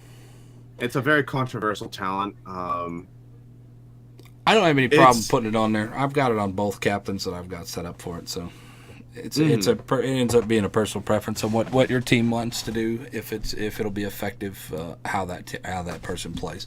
Tensetsu Fuyuka says, if you penetrate the torpedo belts, it'll register but not give damage. So we're talking about this statics 9 pin for no damage shot. Yeah, that is correct. The torpedo belt, it doesn't actually hold any value on the ship, rather than absorbing torpedo damage. So if you hit, I'm pretty sure if you hit the torpedo belt with shells, it'll take some of the durability down, so you will get better torpedo strikes in once that section of the ship becomes saturated. So you will go right through the torpedo belt after. I'm not sure if it works that way, but that's the way in my personal opinion, it works. It doesn't have any hit points that I know of. Mm-hmm. So it's kind of weird that way. Yeah. Because it's literally like you have the hull here, and the torpedo bulges like that. So it's literally just empty space. Or reinforced space. There you go. Just some guy 21 says the Miyogi is garbage. Worse than the Kawachi. He apparently doesn't like the AP change coming to it, but hopefully, I think it'll be all right because I have some pretty nasty damage games in the Miyogi just trolling around. 70,000, 90,000 damage games in a Tier 4 battleship. That's pretty impressive, I think. No, I kind of have to giggle at the comment though because he's comparing the Tier 3 battleship to the Tier 4. Yeah. Like where given one is the direct upgrade to the other, so. Of course, one's going to be worse than the other, but then again, the buffs to the Miyogi are going to be very helpful for help. It's going to be more forgiving for players going up the line. They'll get more consistency within their damage, and it'll keep players within. Because, to be honest, you could make it from Tier 1 to Tier 5 in like almost 10 games, with premium and it doesn't take long to get up. I think it took us maybe 30 games to get to. Tier 7, I believe, from 6 to 7. Maybe 7 to 8 was 30 games. I don't remember. Anyway, Tensetsu Fuyuka also says, the problem with making a fundamentally lazy game is that you cannot justify that there are other players that you can employ your skill to get the same results. We were talking about making the game a little bit easier for everybody to obtain some boats. If you guys don't remember that, but this is the comment. What do you think about that? Skill, my personal opinion on skill in this game, if you've got 100% chunk of a pie, which I love pie, if 100% chunk of a pie here, 30% of that's going to be taken up by player skill. The rest of it's all RNG. And that 30% entails positioning on the map, awareness of the game, and then where you're going to fire your shots. Where you pull that trigger those are the only, maybe you can throw a couple of more things in there, but it's not going to be as much. I don't care how good you are, if the RNG says no, you're not getting hits, period. That's from super purple unicorn guys all the way down to the newest guy coming in. Also with that, you have to understand that you can throw RNG a little bit by making those good shots. That's the only thing that you could control. All right, what's up? Mm-hmm. No, I think we were talking more about like the handouts as well regarding the steel kind of thing as well. True. Because in my opinion, the steel should be earned, not given. Right. Because it's like going back to the whole quote unquote snowflake argument of everybody gets a participation medal. Right. Everybody's a winner. And now everybody's a winner. And that kind of devalues the special achievements that all these players who earn their steel got, and it's not fair to them. Well, it also goes one step further than that. If you give these things to people when they didn't go through the process like everybody else did when they did receive the steel or did receive a black or a flint or something like that, then they haven't had to up their game and up their mentality for the game to make that step into that next level of a player. So they have not challenged themselves.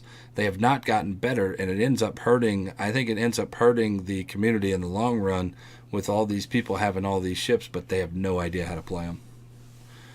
Exactly.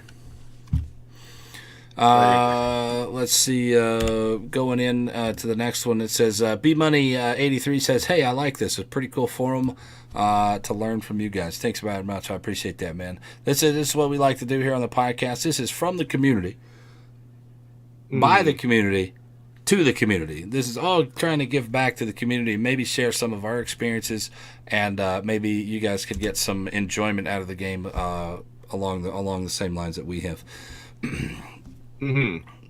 Fitz and your mom says, just play a kamikaze and you can farm dead flags all day long.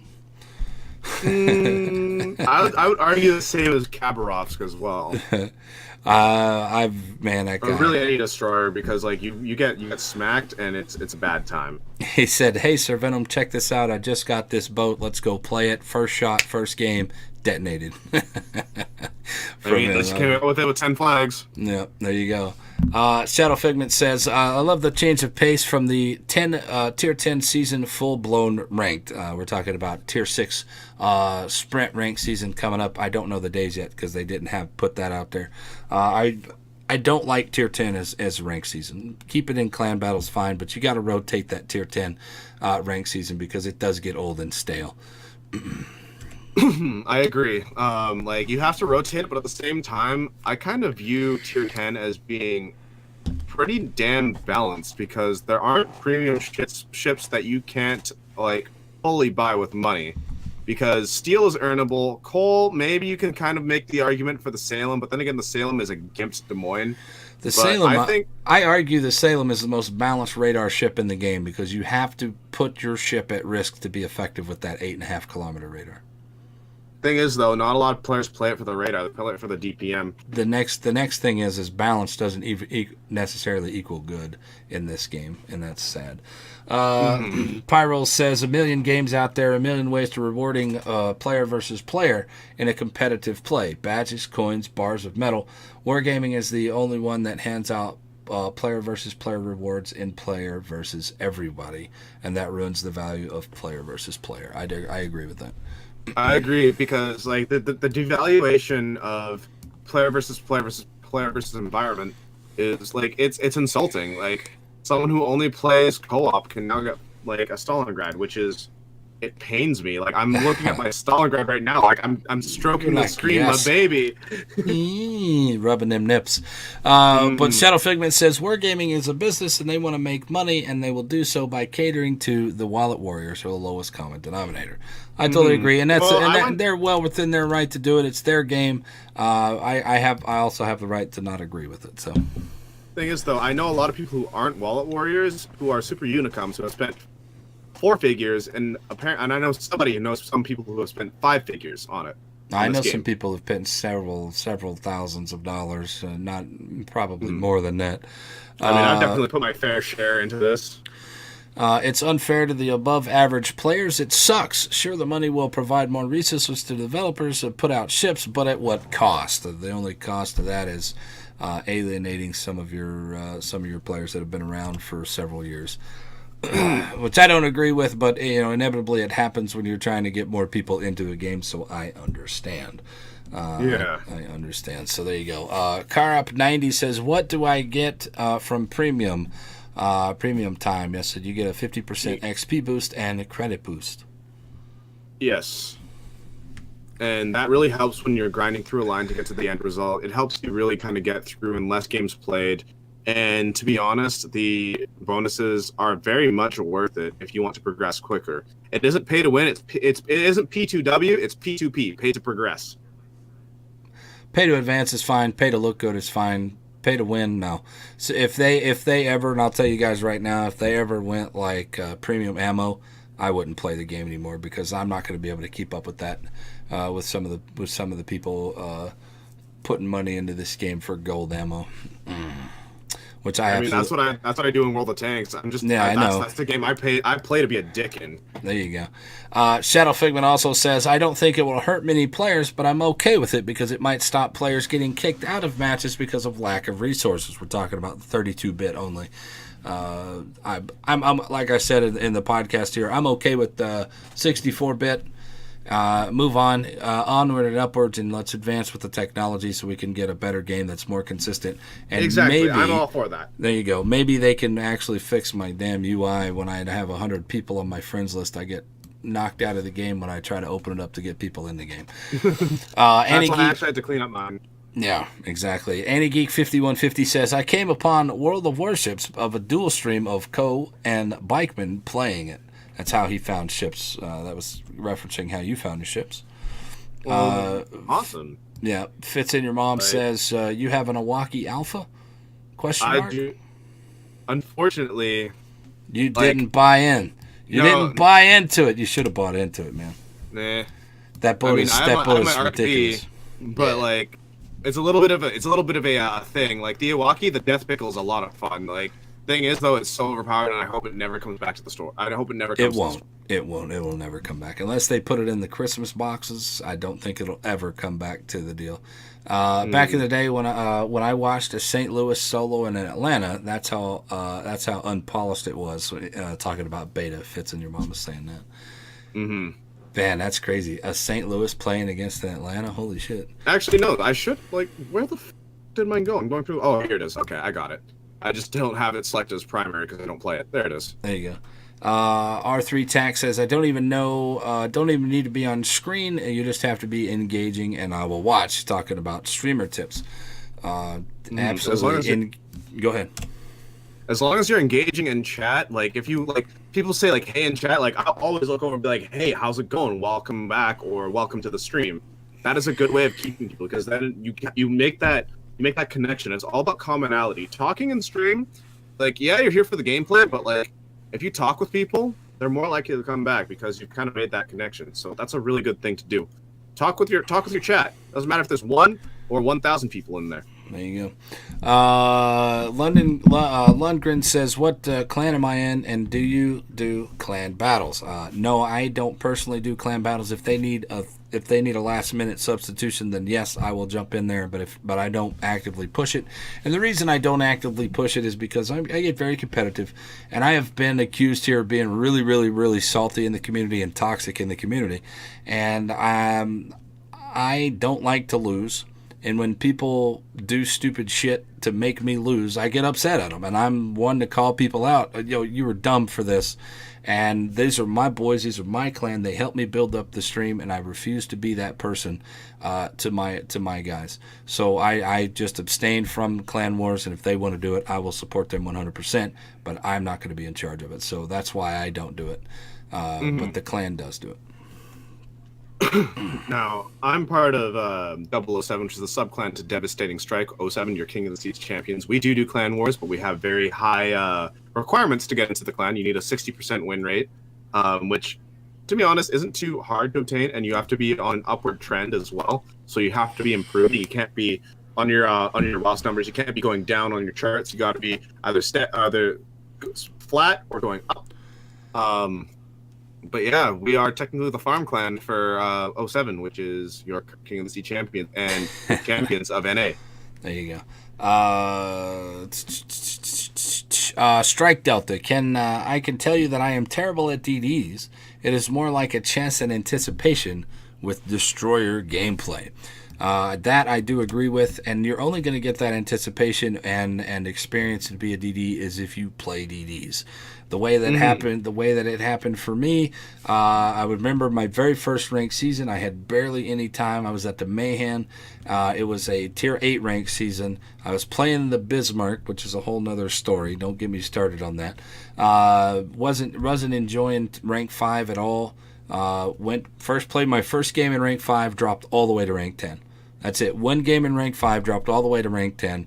And then my boy, Silly Putty, he used to be a streamer here on Twitch, said, why don't you play that Benson? And I was like, I'm terrible at destroyers. And he took my hand and said, no, set up your Benson like this. So I set it up, and he's like, now play. And I was like, all right. So he gave me a little bit of guidance there, and I listened to what he said, and I actually got better and got through, ranked out my very first season, and I've been ranked out in DDs ever since. 6 times now I've ranked out in DDs.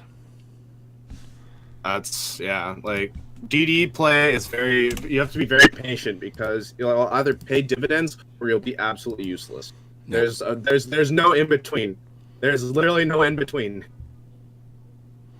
Literally no in between. Taryn Hill says, will they ever get a chance to Missouri for the newish players?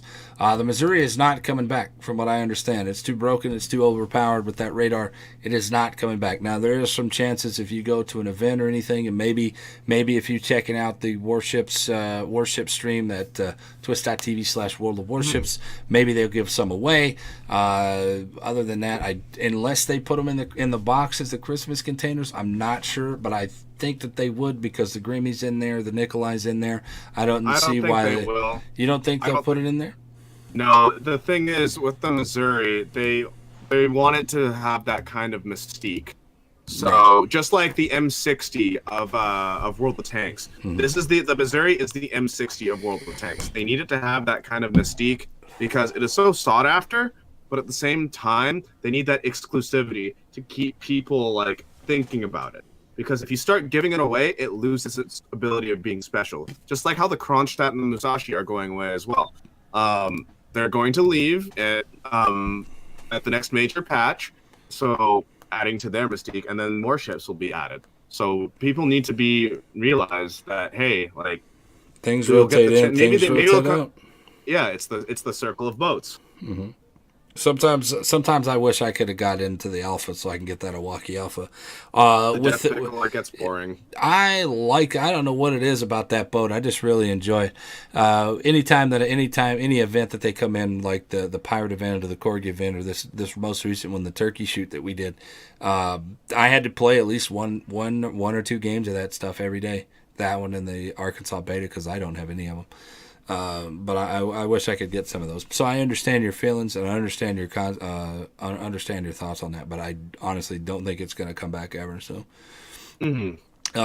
Strike Delta also says I think I stay away from destroyers because it's a lot of weight on them, and I am charge and gun them down type of guy. And I have to I've had some good matches. I sold my Benny Heights DD I did. I don't know what that's supposed to mean.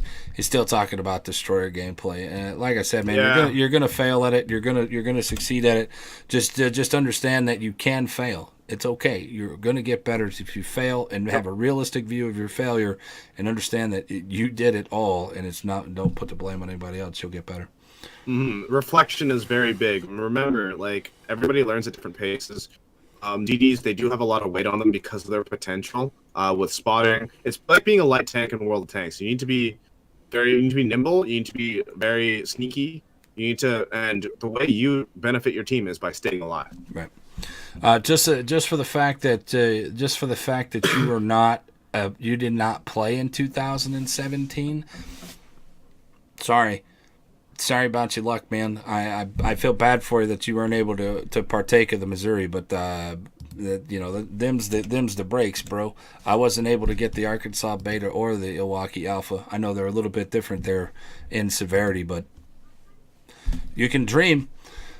R3 Tac says, I love Russian DDs, pew pew all the way. Enemy shoots you at 15 kilometers. You just dodge them and the enemy hates you and you will shoot at you. And that means they're not shooting at your team. Those are awesome. Exactly. I'm gonna pound through some of these questions because I know we've been going for like 3 hours. Yeah, go for it. There you go. Most important skill to learn is to look at the mini map and understand what flanking fire is. That's very good. What would you say? Maximum damage in a fun Russian DD or cruiser from whatever line I suggest. If you want max range damage. The Russian DDs are pretty much max range pew-pewers, but you're going to take the Kiev side once you run up. Those are max range pew-pewers, and then the French cruiser line are probably max range and probably the best at that, or the Japanese as well. They're also very good. For cruisers, I'd say French, German, and Japanese. Agreed. Because they have this. While the French has very good fire control and can get a obscenely long range, if with a spotter plane mod, the Hindenburg and the Zau are very strong. Carolina Frong says, I'm a strong tier 3 player, and this is all extremely over my head. That's all right, man. We're here to help you. If you have any more questions, please feel free to hang out and hang out in my channel, hang out in his channel, any of the other. And ask your questions, man. That we're more than willing to help people that want to listen.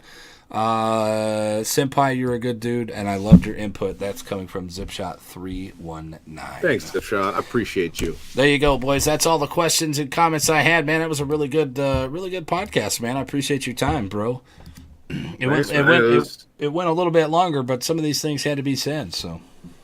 Yeah, like I'm always down to talk about these topics because being so passionate about this shit. Like the only time you will see me salt on stream is because I'm so damn passionate about this game and I want to see it develop. I want to help players develop into something good. So I don't mind talking anyone's ear off. There you go. I tell you what. Let me tell you something, man. I get more salty about this game at my own performance because I know better than doing some of the things that I do, or I made a mistake and I recognize that mistake immediately, and I should have done other things.